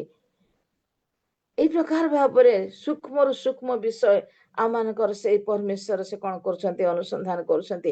ଯେ ଆମେ ଗୋଟେ ଜଣଙ୍କ ବିଷୟ ନେଇ ଆମେ ଗୋଟେ ପରିବାର ମଧ୍ୟ ଥିଲେ ଆମ ନିଜ ଲୋକର ବିଷୟ ଆମେ এই ପ୍ରକାର ଭାବରେ ଜାଣିପାରିବା ନାହିଁ। ମାତ୍ର ଯୋଉ ପରମେଶ୍ୱର ସକଳ ସୃଷ୍ଟିର ସୃଷ୍ଟିକର୍ତ୍ତା, ସେ ସମସ୍ତ ସୃଷ୍ଟିର ସମସ୍ତଙ୍କ ବିଷୟରେ এই ପ୍ରକାର ସେ ଅନୁସନ୍ଧାନ କରୁଛନ୍ତି।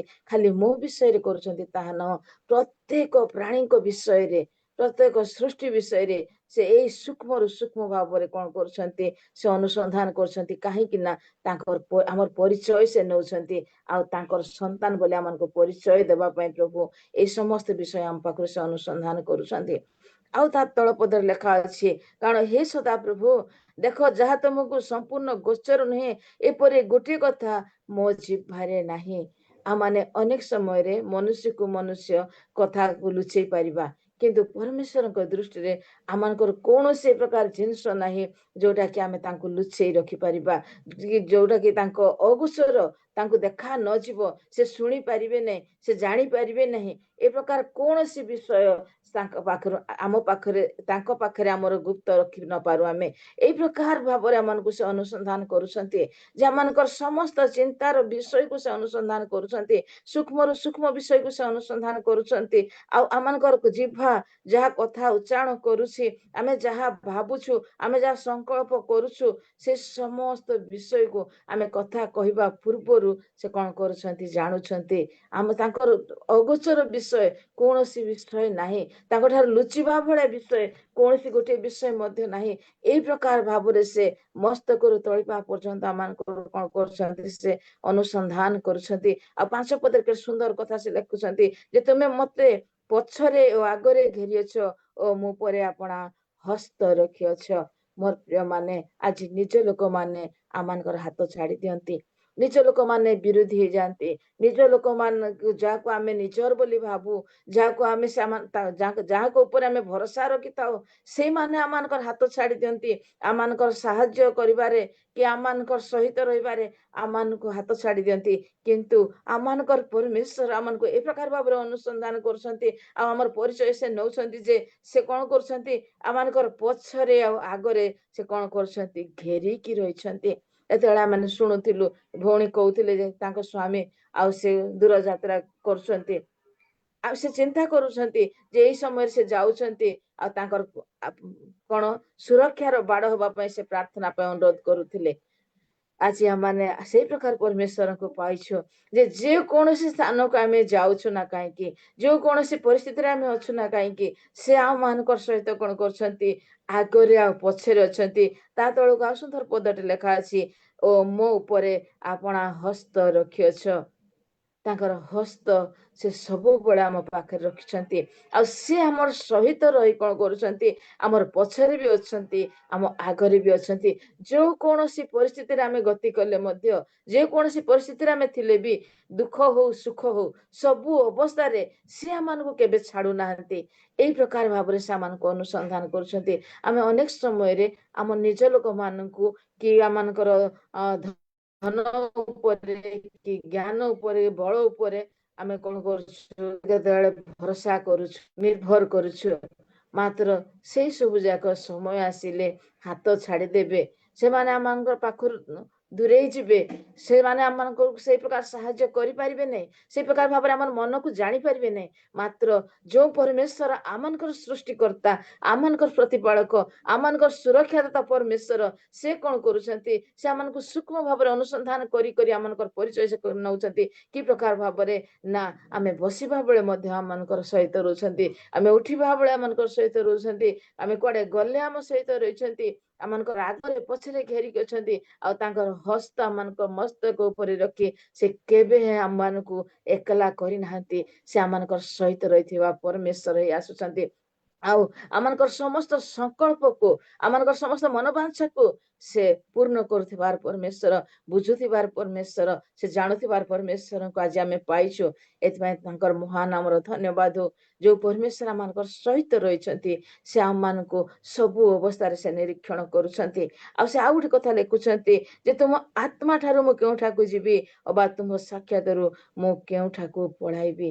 ପରମେଶ୍ୱରଙ୍କର ଆତ୍ମା ସେ ସବୁବେଳେ ଆମମାନଙ୍କୁ କଣ କରୁଛି, ଗାଇଡ କରିକି ନଉଛି। ଆମମାନଙ୍କର ପ୍ରଥମ ପ୍ରଦର୍ଶକ ହେଇ ସେ ନଉଛି।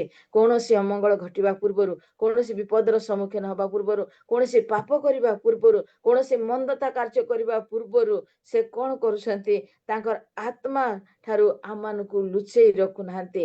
ତାଙ୍କର ଆତ୍ମା ଆମମାନଙ୍କ ସହିତ ସବୁବେଳେ ସେ ରଖୁଛନ୍ତି ଯେ ତାଙ୍କର ଆତ୍ମା ଠାରୁ ଆମେ କୋଉଠାକୁ ମଧ୍ୟ ଲୁଚିକି ଯାଇପାରିବା ନାହିଁ।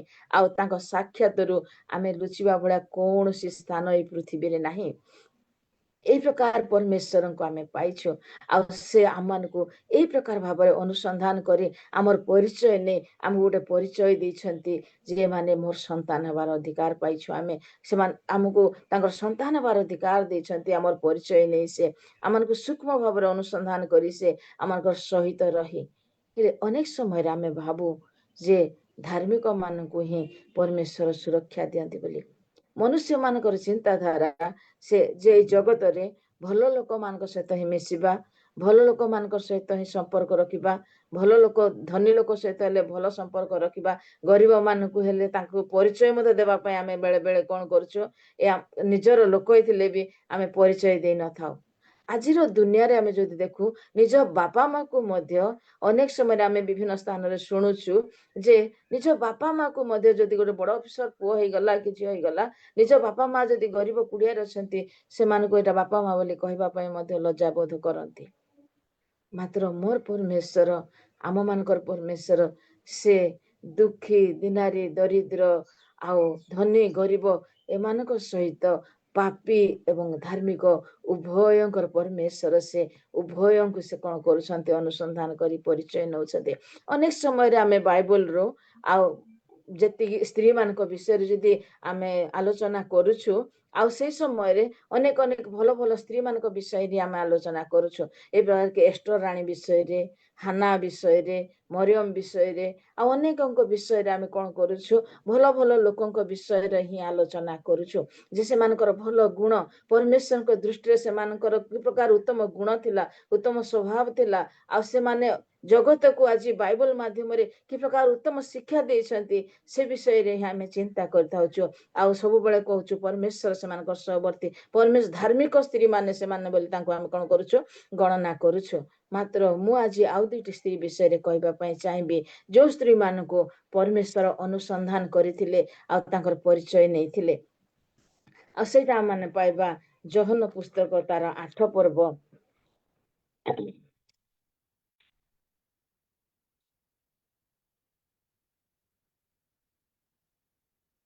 ଯୋହନ ପୁସ୍ତକ 8 ପର୍ବ ଏଇ ସ୍ଥାନରେ ଗୋଟେ ବିଷୟ ଆମେ ଦେଖୁଛୁ ଯେ ଗୋଟେ ସ୍ତ୍ରୀ ବିଷୟରେ, ଆମେ ଏଇ କଥା ତ ସମସ୍ତେ ଜାଣିଛୁ, ଗୋଟେ ସ୍ତ୍ରୀ ବିଷୟରେ ଏ ସ୍ଥାନରେ ଲେଖାଯାଇଛି ଯୋଉ ସ୍ତ୍ରୀକୁ କି ଜଗତର ଲୋକମାନେ କଣ କରୁଛନ୍ତି, ଜଣେ ପାପୀ ସ୍ତ୍ରୀ ବୋଲି ଗଣନା କରୁଛନ୍ତି। ସେ ସ୍ତ୍ରୀର ପରିଚୟ ଜଗତ ମଧ୍ୟରେ ଜଣେ ପାପୀ ସ୍ତ୍ରୀ, ଗୋଟେ ପାପିନୀ ସ୍ତ୍ରୀ, ବ୍ୟଭିଚାର କର୍ମରେ ଧରା ପଡିଥିବା ସେଇ ସ୍ତ୍ରୀକୁ ଧାର୍ମିକ ଲୋକମାନେ, ଯୋଉମାନେ ଜଗତରେ ଧାର୍ମିକ ବୋଲି ମନେ କରୁଛନ୍ତି, ଶାସ୍ତ୍ରୀ ଫାରୁସୀ ମାନେ ସେମାନେ କଣ କରୁଛନ୍ତି, ତାଙ୍କୁ ପାପ ମୂଷାଙ୍କର ନିୟମ ଅନୁସାରେ ସେମାନେ ତାଙ୍କୁ ଜଣେ ପାପୀ ସ୍ତ୍ରୀ ବୋଲି ଗଣନା କରି ପଥରରେ ଫୋପାଡ଼ି ମାରିବା ପାଇଁ ମୂଷାଙ୍କର ଯୋଉ ନିୟମ ଥିଲା ସେ ନିୟମ ଅନୁସାରେ ସେମାନେ କଣ କରୁଛନ୍ତି, ତାକୁ ପଥରରେ ଫୋପାଡ଼ି ମାରିବା ପାଇଁ ସେମାନେ ବ୍ୟବସ୍ଥାକୁ ପାଳନ କରୁଛୁ ବୋଲି ବ୍ୟବସ୍ଥାର ଅଧୀନରେ ଥିବା ଶାସ୍ତ୍ରୀୟ ଫାରୁସୀ ମାନେ ସେମାନେ କଣ କରୁଛନ୍ତି, ସେ ସ୍ତ୍ରୀ କି ପଥର ଫୋପାଡ଼ି ମାରିବା ପାଇଁ ଯାଉଛନ୍ତି। ଆଉ ସେମାନଙ୍କ ଦୃଷ୍ଟିରେ ଏଇ ସ୍ତ୍ରୀ ଜଣେ ପାପୀ ସ୍ତ୍ରୀ, ସେ ବ୍ୟବଚାର କର୍ମରେ ଧରା ପଡିଥିବା ସ୍ତ୍ରୀ। ଆଉ ଶାସ୍ତ୍ରୀ ଫାରୁସୀ ମାନଙ୍କ ଦୃଷ୍ଟିରେ ପ୍ରକୃତରେ ସେ ନିୟମ ଅନୁସାରେ ଯଦି ଶାସ୍ତ୍ର ଅନୁସାରେ ଯଦି ସେମାନେ ଦେଖିବେ ତାହେଲେ ତାହା ସେମାନେ ପାଳନ କରୁଛନ୍ତି ସତ, କିନ୍ତୁ ଯେତେବେଳେ ସେମାନେ ଯୀଶୁଖ୍ରୀଷ୍ଟଙ୍କ ପାଖକୁ ସେଇ ସ୍ତ୍ରୀ ଆସୁଛି, ଯୀଶୁଖ୍ରୀଷ୍ଟଙ୍କ ସହିତ ସେ ପରିଚୟ ହଉଛି, ଯୀଶୁଖ୍ରୀଷ୍ଟଙ୍କ ପାଖକୁ ତାଙ୍କ ନିକଟକୁ ସେ ଆସି ଯାଉଛି, ଆଉ ସେତେବେଳେ ସେ କଣ ହଉଛି ଯେ ସେ ଏକ ନୂତନ ପରିତ୍ରାଣର ଆଶା ପାଉଛି, ନୂତନ ଜୀବନ ସେ ପାଉଛି। ଆଉ ପ୍ରଭୁ ତାକୁ କି ପ୍ରକାର ଭାବରେ ଚିହ୍ନୁଛନ୍ତି, ଦେଖ କି ପ୍ରକାର ଭାବରେ ତାକୁ ଅନୁସନ୍ଧାନ କରୁଛନ୍ତି, କି ପ୍ରକାର ଭାବରେ ତାର ପରିଚୟ ନେଉଛନ୍ତି। ଆମେ ସେ ସ୍ଥାନରେ ଦେଖୁଛୁ। ଆଉ 7 ପଦରେ ଯଦି ଆମେ ଦେଖିବା, ସେ ସ୍ଥାନରେ ଲେଖା ଅଛି, ମାତ୍ର ସେମାନେ ତାହାଙ୍କୁ ପୁନଃ ପୁନଃ ପଚାରନ୍ତି, ସେ ମସ୍ତକ ଉତ୍ତୋଳନ କରି ସେମାନେ କହିଲେ, ତୁମମାନଙ୍କ ମଧ୍ୟରେ ଯେ ନିଷ୍ପାପ ସେ ପ୍ରଥମରେ ତାହାକୁ ପଥର ଫୋପାଡୁ। ଯୀଶୁଖ୍ରୀଷ୍ଟ ସେଇ ସ୍ତ୍ରୀ କି ବଞ୍ଚେଇବା ପାଇଁ, ସେ ସ୍ତ୍ରୀର ଜୀବନକୁ ସୁରକ୍ଷା କରିବା ପାଇଁ, ସେ ଜଣେ ପାପୀ ସ୍ତ୍ରୀ ବୋଲି ଜାଣିଥିଲେ ମଧ୍ୟ ତାର ଜୀବନକୁ ରକ୍ଷା କରିବା ପାଇଁ ସେ କି ପ୍ରକାର ଭାବରେ ତାକୁ ଅନୁସନ୍ଧାନ କରି ତାର ପରିଚୟ ନେଉଛନ୍ତି। ଆଉ ଏଇ ଯୋଉ ନିୟମ ଅନୁସାରେ ତାକୁ ମାରିବା ପାଇଁ ଯାଉଛନ୍ତି, ସେଇ ଧାର୍ମିକ ବ୍ୟକ୍ତି ମାନଙ୍କୁ ସେ ପଚାରୁଛନ୍ତି, ଯଦି ତମେ କିଛି ପାପ କରିନ ତାହେଲେ ତମେ ପଥର ଫୋପାଡି ମାର। ସେମାନଙ୍କୁ ସେ ଅନୁସନ୍ଧାନ କରୁଛନ୍ତି, ଆଉ ସେମାନଙ୍କୁ ସେ ସ୍ଥାନରେ ଦେଖେଇ ଦଉଛନ୍ତି ଯେ ତାଙ୍କର ପରିଚୟ। ସେମାନେ କଣ ଭାବିଛନ୍ତି, ଜଗତରେ ଆମେ ଜଣେ ଧାର୍ମିକ ଲୋକ, ଆମେ ଶାସ୍ତ୍ରୀ ଫାରୁସୀ ମାନେ, ଆମେ ଉଚ୍ଚ ସ୍ଥାନର ଲୋକ, ଆମେ ଜ୍ଞାନୀ ଲୋକମାନେ, ଆମେ ଗୁଣୀ ଲୋକମାନେ, ଆମେ ଧାର୍ମିକ ଲୋକମାନେ। ତାଙ୍କର ପରିଚୟ ସେମାନେ ନିଜ ନିଜ ପରିଚୟ ଜଗତରେ ଦେଇ ସେମାନେ କଣ କରୁଛନ୍ତି, ପଥର ଫୋପାଡି ମାରିବା ପାଇଁ ଆସିଛନ୍ତି। କିନ୍ତୁ ଯୀଶୁଖ୍ରୀଷ୍ଟ ଯେତେବେଳେ ତାଙ୍କୁ ପଚାରୁଛନ୍ତି ଯେ ତମ ଭିତରୁ କେହି ଯଦି ନିଷ୍ପାପ, ପାପ ଯଦି କରିନ, ଯୋଉମାନେ ପାପ କରିନ ସେଇମାନେ ତାଙ୍କୁ ପଥର ଫୋପାଡି ମାର। ଆଉ ସେଇ ସ୍ଥାନରେ ଆଉ ଆମେ ଦେଖୁଛୁ ଯେ ସମସ୍ତେ ଯାକ ବାହାରି ଯାଇଛନ୍ତି, ନିଜେ ନିଜେ ତାଙ୍କେ ଅନୁସନ୍ଧାନ ନିଜ ନିଜ ଜୀବନକୁ ସେମାନେ ଅନୁସନ୍ଧାନ କରିଛନ୍ତି, ନିଜ ନିଜକୁ ପଚାରିଛନ୍ତି।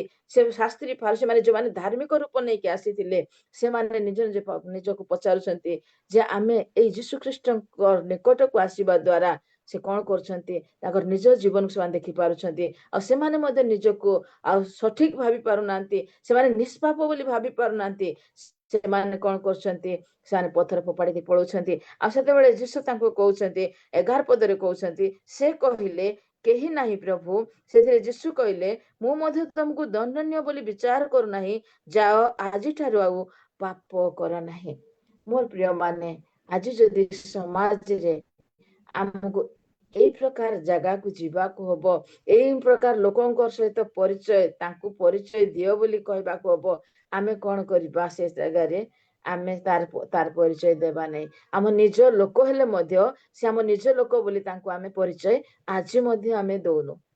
ଆଜିର ଦୁନିଆରେ ମଧ୍ୟ ଜଣେ ପାପିନୀ ସ୍ତ୍ରୀକୁ, ଯୋଉମାନେ କି ସେଇ ବେଶ୍ୟା ସାହିରେ ରୁହନ୍ତି, ସେ ସାହି ମାନଙ୍କୁ ସେ ଗଳି ଦେଇ ଯିବା ପାଇଁ ବି ଆମେ ପସନ୍ଦ କରୁନୁ। କାରଣ ସେ ସାହି ଦେଇକି ଗଲେ ଲୋକେ କଣ କହିବେ, ଆମେ ସେମାନଙ୍କ ସହିତ କୌଣସି ସମ୍ପର୍କ ରଖିବା ପାଇଁ ମଧ୍ୟ ଚାହୁଁନୁ।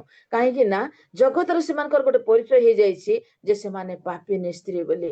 ମାତ୍ର ସଦାପ୍ରଭୁ ଯୀଶୁଖ୍ରୀଷ୍ଟ ତାଙ୍କୁ ଗୋଟେ ପରିଚୟ ଦଉଛନ୍ତି। ଯୀଶୁଖ୍ରୀଷ୍ଟ ଯେତେବେଳେ ତାଙ୍କୁ ଅନୁସନ୍ଧାନ କରୁଛନ୍ତି, ଯୀଶୁଖ୍ରୀଷ୍ଟ ଯେତେବେଳେ ତାଙ୍କୁ ଦେଖୁଛନ୍ତି, ସେ ଗୋଟେ ଭିନ୍ନ ରୂପରେ ତାକୁ ପରିଚୟ ଦଉଛନ୍ତି ଯେ ମୁଁ ମଧ୍ୟ ତତେ ପାପିନୀ ବୋଲି ଗଣନା କରୁନି, ଆଉ ତୁ ଆଜିଠାରୁ ଆଉ ପାପ କରନା।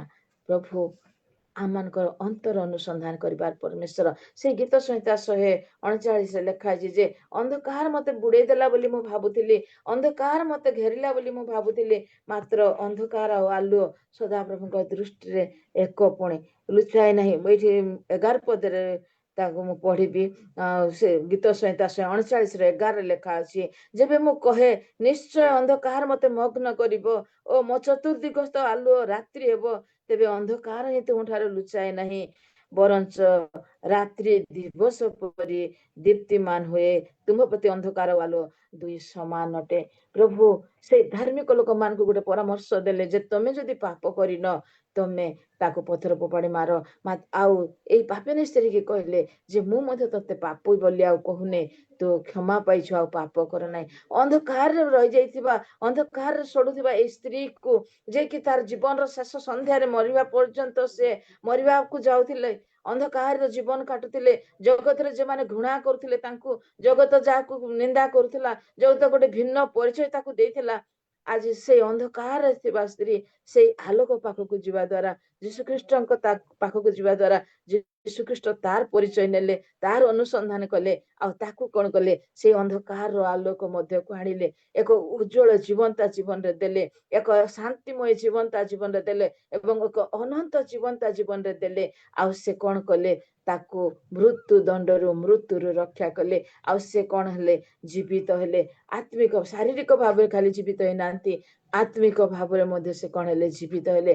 ଆଜି ଆମେ ତାଙ୍କୁ ପବିତ୍ର ବାଇବଲରେ ସ୍ଥାନ ପାଇଛି ଯେ ଜଣେ ବ୍ୟଭିଚାରିଣୀ ସ୍ତ୍ରୀ କି ମଧ୍ୟ ପରମେଶ୍ୱର ଅନୁସନ୍ଧାନ କରୁଛନ୍ତି ଆଉ ତାର ପରିଚୟ ନେଉଛନ୍ତି, ଆଉ ସେ ଧାର୍ମିକ ମାନଙ୍କୁ ମଧ୍ୟ ଦେଖୁଛନ୍ତି, ଆଉ ତାଙ୍କର ପାପକୁ ମଧ୍ୟ ସେ ଦେଖେଇ ଦଉଛନ୍ତି। ଯୋଉମାନେ ଆଲୋକ ମଧ୍ୟରେ ଅଛୁ ବୋଲି ଭାବୁଛନ୍ତି ସେମାନଙ୍କର ପାପକୁ ମଧ୍ୟ ସେ ଦେଖେଇ ଦଉଛନ୍ତି, ଆଉ ଯୋଉମାନେ ଅନ୍ଧକାରରେ ଥାଇ ମରିଯାଉଛୁ ବୋଲି ଭାବୁଛନ୍ତି ସେମାନଙ୍କ ନିକଟରେ ଆଲୋକ ପ୍ରକାଶ କରିବାର ଆମଙ୍କ ପରମେଶ୍ୱର ସେଇ ପ୍ରକାର ଭାବରେ ସେମାନଙ୍କୁ ଅନୁସନ୍ଧାନ କରି ଆମର ପରିଚୟ ନେଉଛନ୍ତି, ଆଉ ସେ କଣ କରୁଛନ୍ତି, ଆମମାନଙ୍କୁ ଉଦ୍ଧାର କରୁଛନ୍ତି। ମୋର ପ୍ରିୟ ମାନେ, ପ୍ରଭୁ ଆଜି ପାପୀ ଆଉ ଧାର୍ମିକ ଉଭୟଙ୍କୁ ସେ ଅନୁସନ୍ଧାନ କରୁଥିବାର ପରମେଶ୍ୱର ତାଙ୍କ ଦୃଷ୍ଟିରେ କୌଣସି ବିଷୟ ଅଗୋଚର ନାହିଁ ଯାହାକି ଆମେ ଲୁଚେଇ ଦେଇପାରିବା।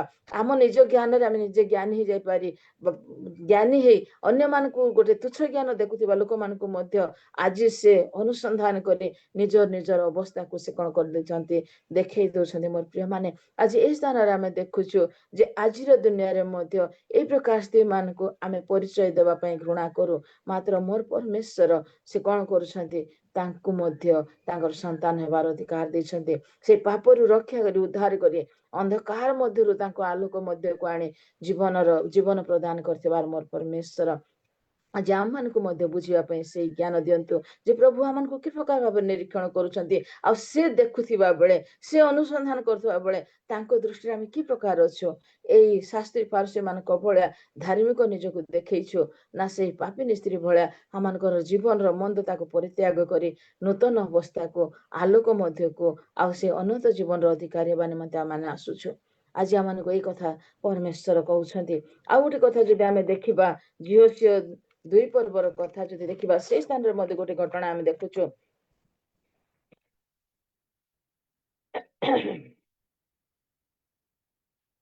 এই ସ୍ଥାନରେ ମଧ୍ୟ ଗୋଟେ ସ୍ତ୍ରୀ ବିଷୟରେ ଆମେ ଜାଣୁଛୁ, ଯୋଉ ସ୍ତ୍ରୀ କି ସେ ରାହବ ବୋଲି ଗୋଟେ ବେଶ୍ୟା ସ୍ତ୍ରୀ।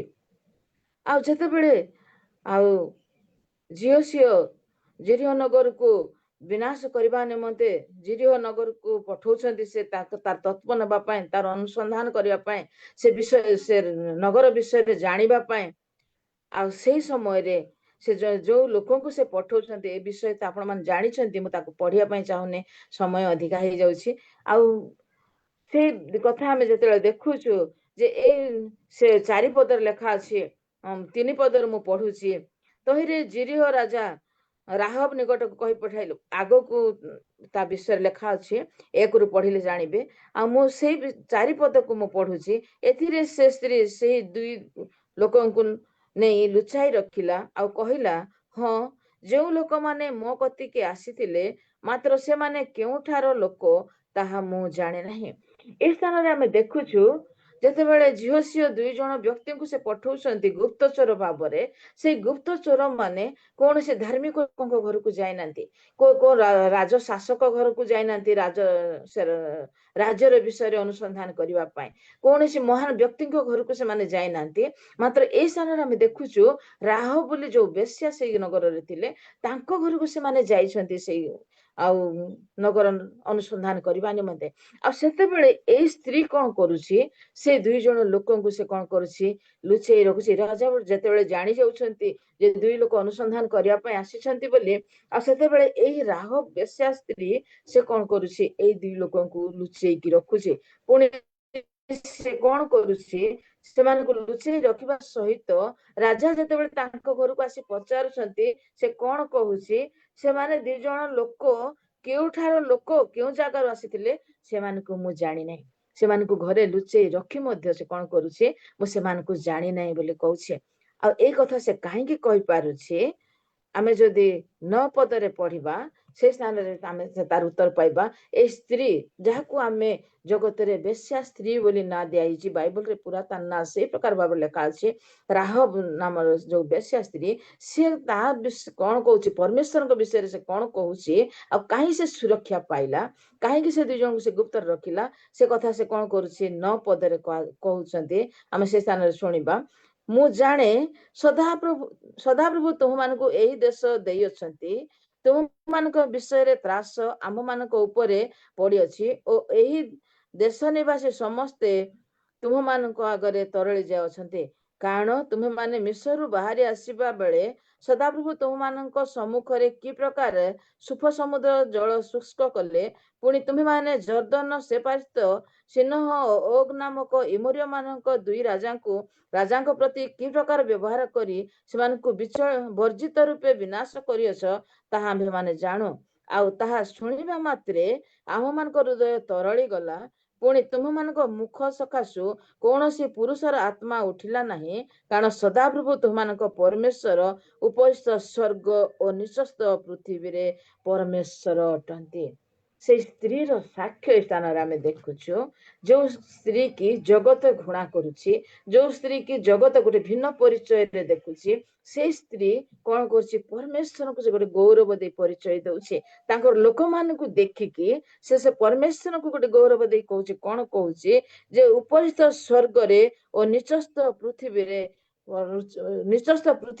परमेश्वर तमच भଳି परमेश्वर आउ नाहंती स्वर्गस्थ परमेश्वर स्वर्गस्थ स्वर्ग उपरे जो परमेश्वर निचस्थ पृथ्वी रे से परमेश्वर से आम मानकर परमेश्वर से भय से आउ जो स्वीकृति तार जे परमेश्वर महान परमेश्वर बोली से कौन करुछि से दुई दासों को देखि से कहूछि आउ से कथा कहबा द्वारा से कौन होछि से नगर जतबेले ध्वंस करबा पई आसुछन्ति सेते बेले ताहार परिवार को से कौन कर पारुछि रक्षा करुछि से स्थान रे कहूछि मु तुमको गुप्त रे दुई जन को लुचई रखिबि सत मात्र जते बेले तमे एई देश एई नगर को संहार करबा पई आसीबो सेते बेले मते पुणी मोर परिवार को कौन कर छाड़ी देबो सुरक्षा देबो आज गोटे स्वीकारोक्ति तार जे तुम मानकर परमेश्वर महान परमेश्वर से स्वर्ग ऊपर परमेश्वर से महान परमेश्वर से पृथ्वी सृष्टिकर्ता परमेश्वर आउ सेथि पय हम तुमको भय करूछु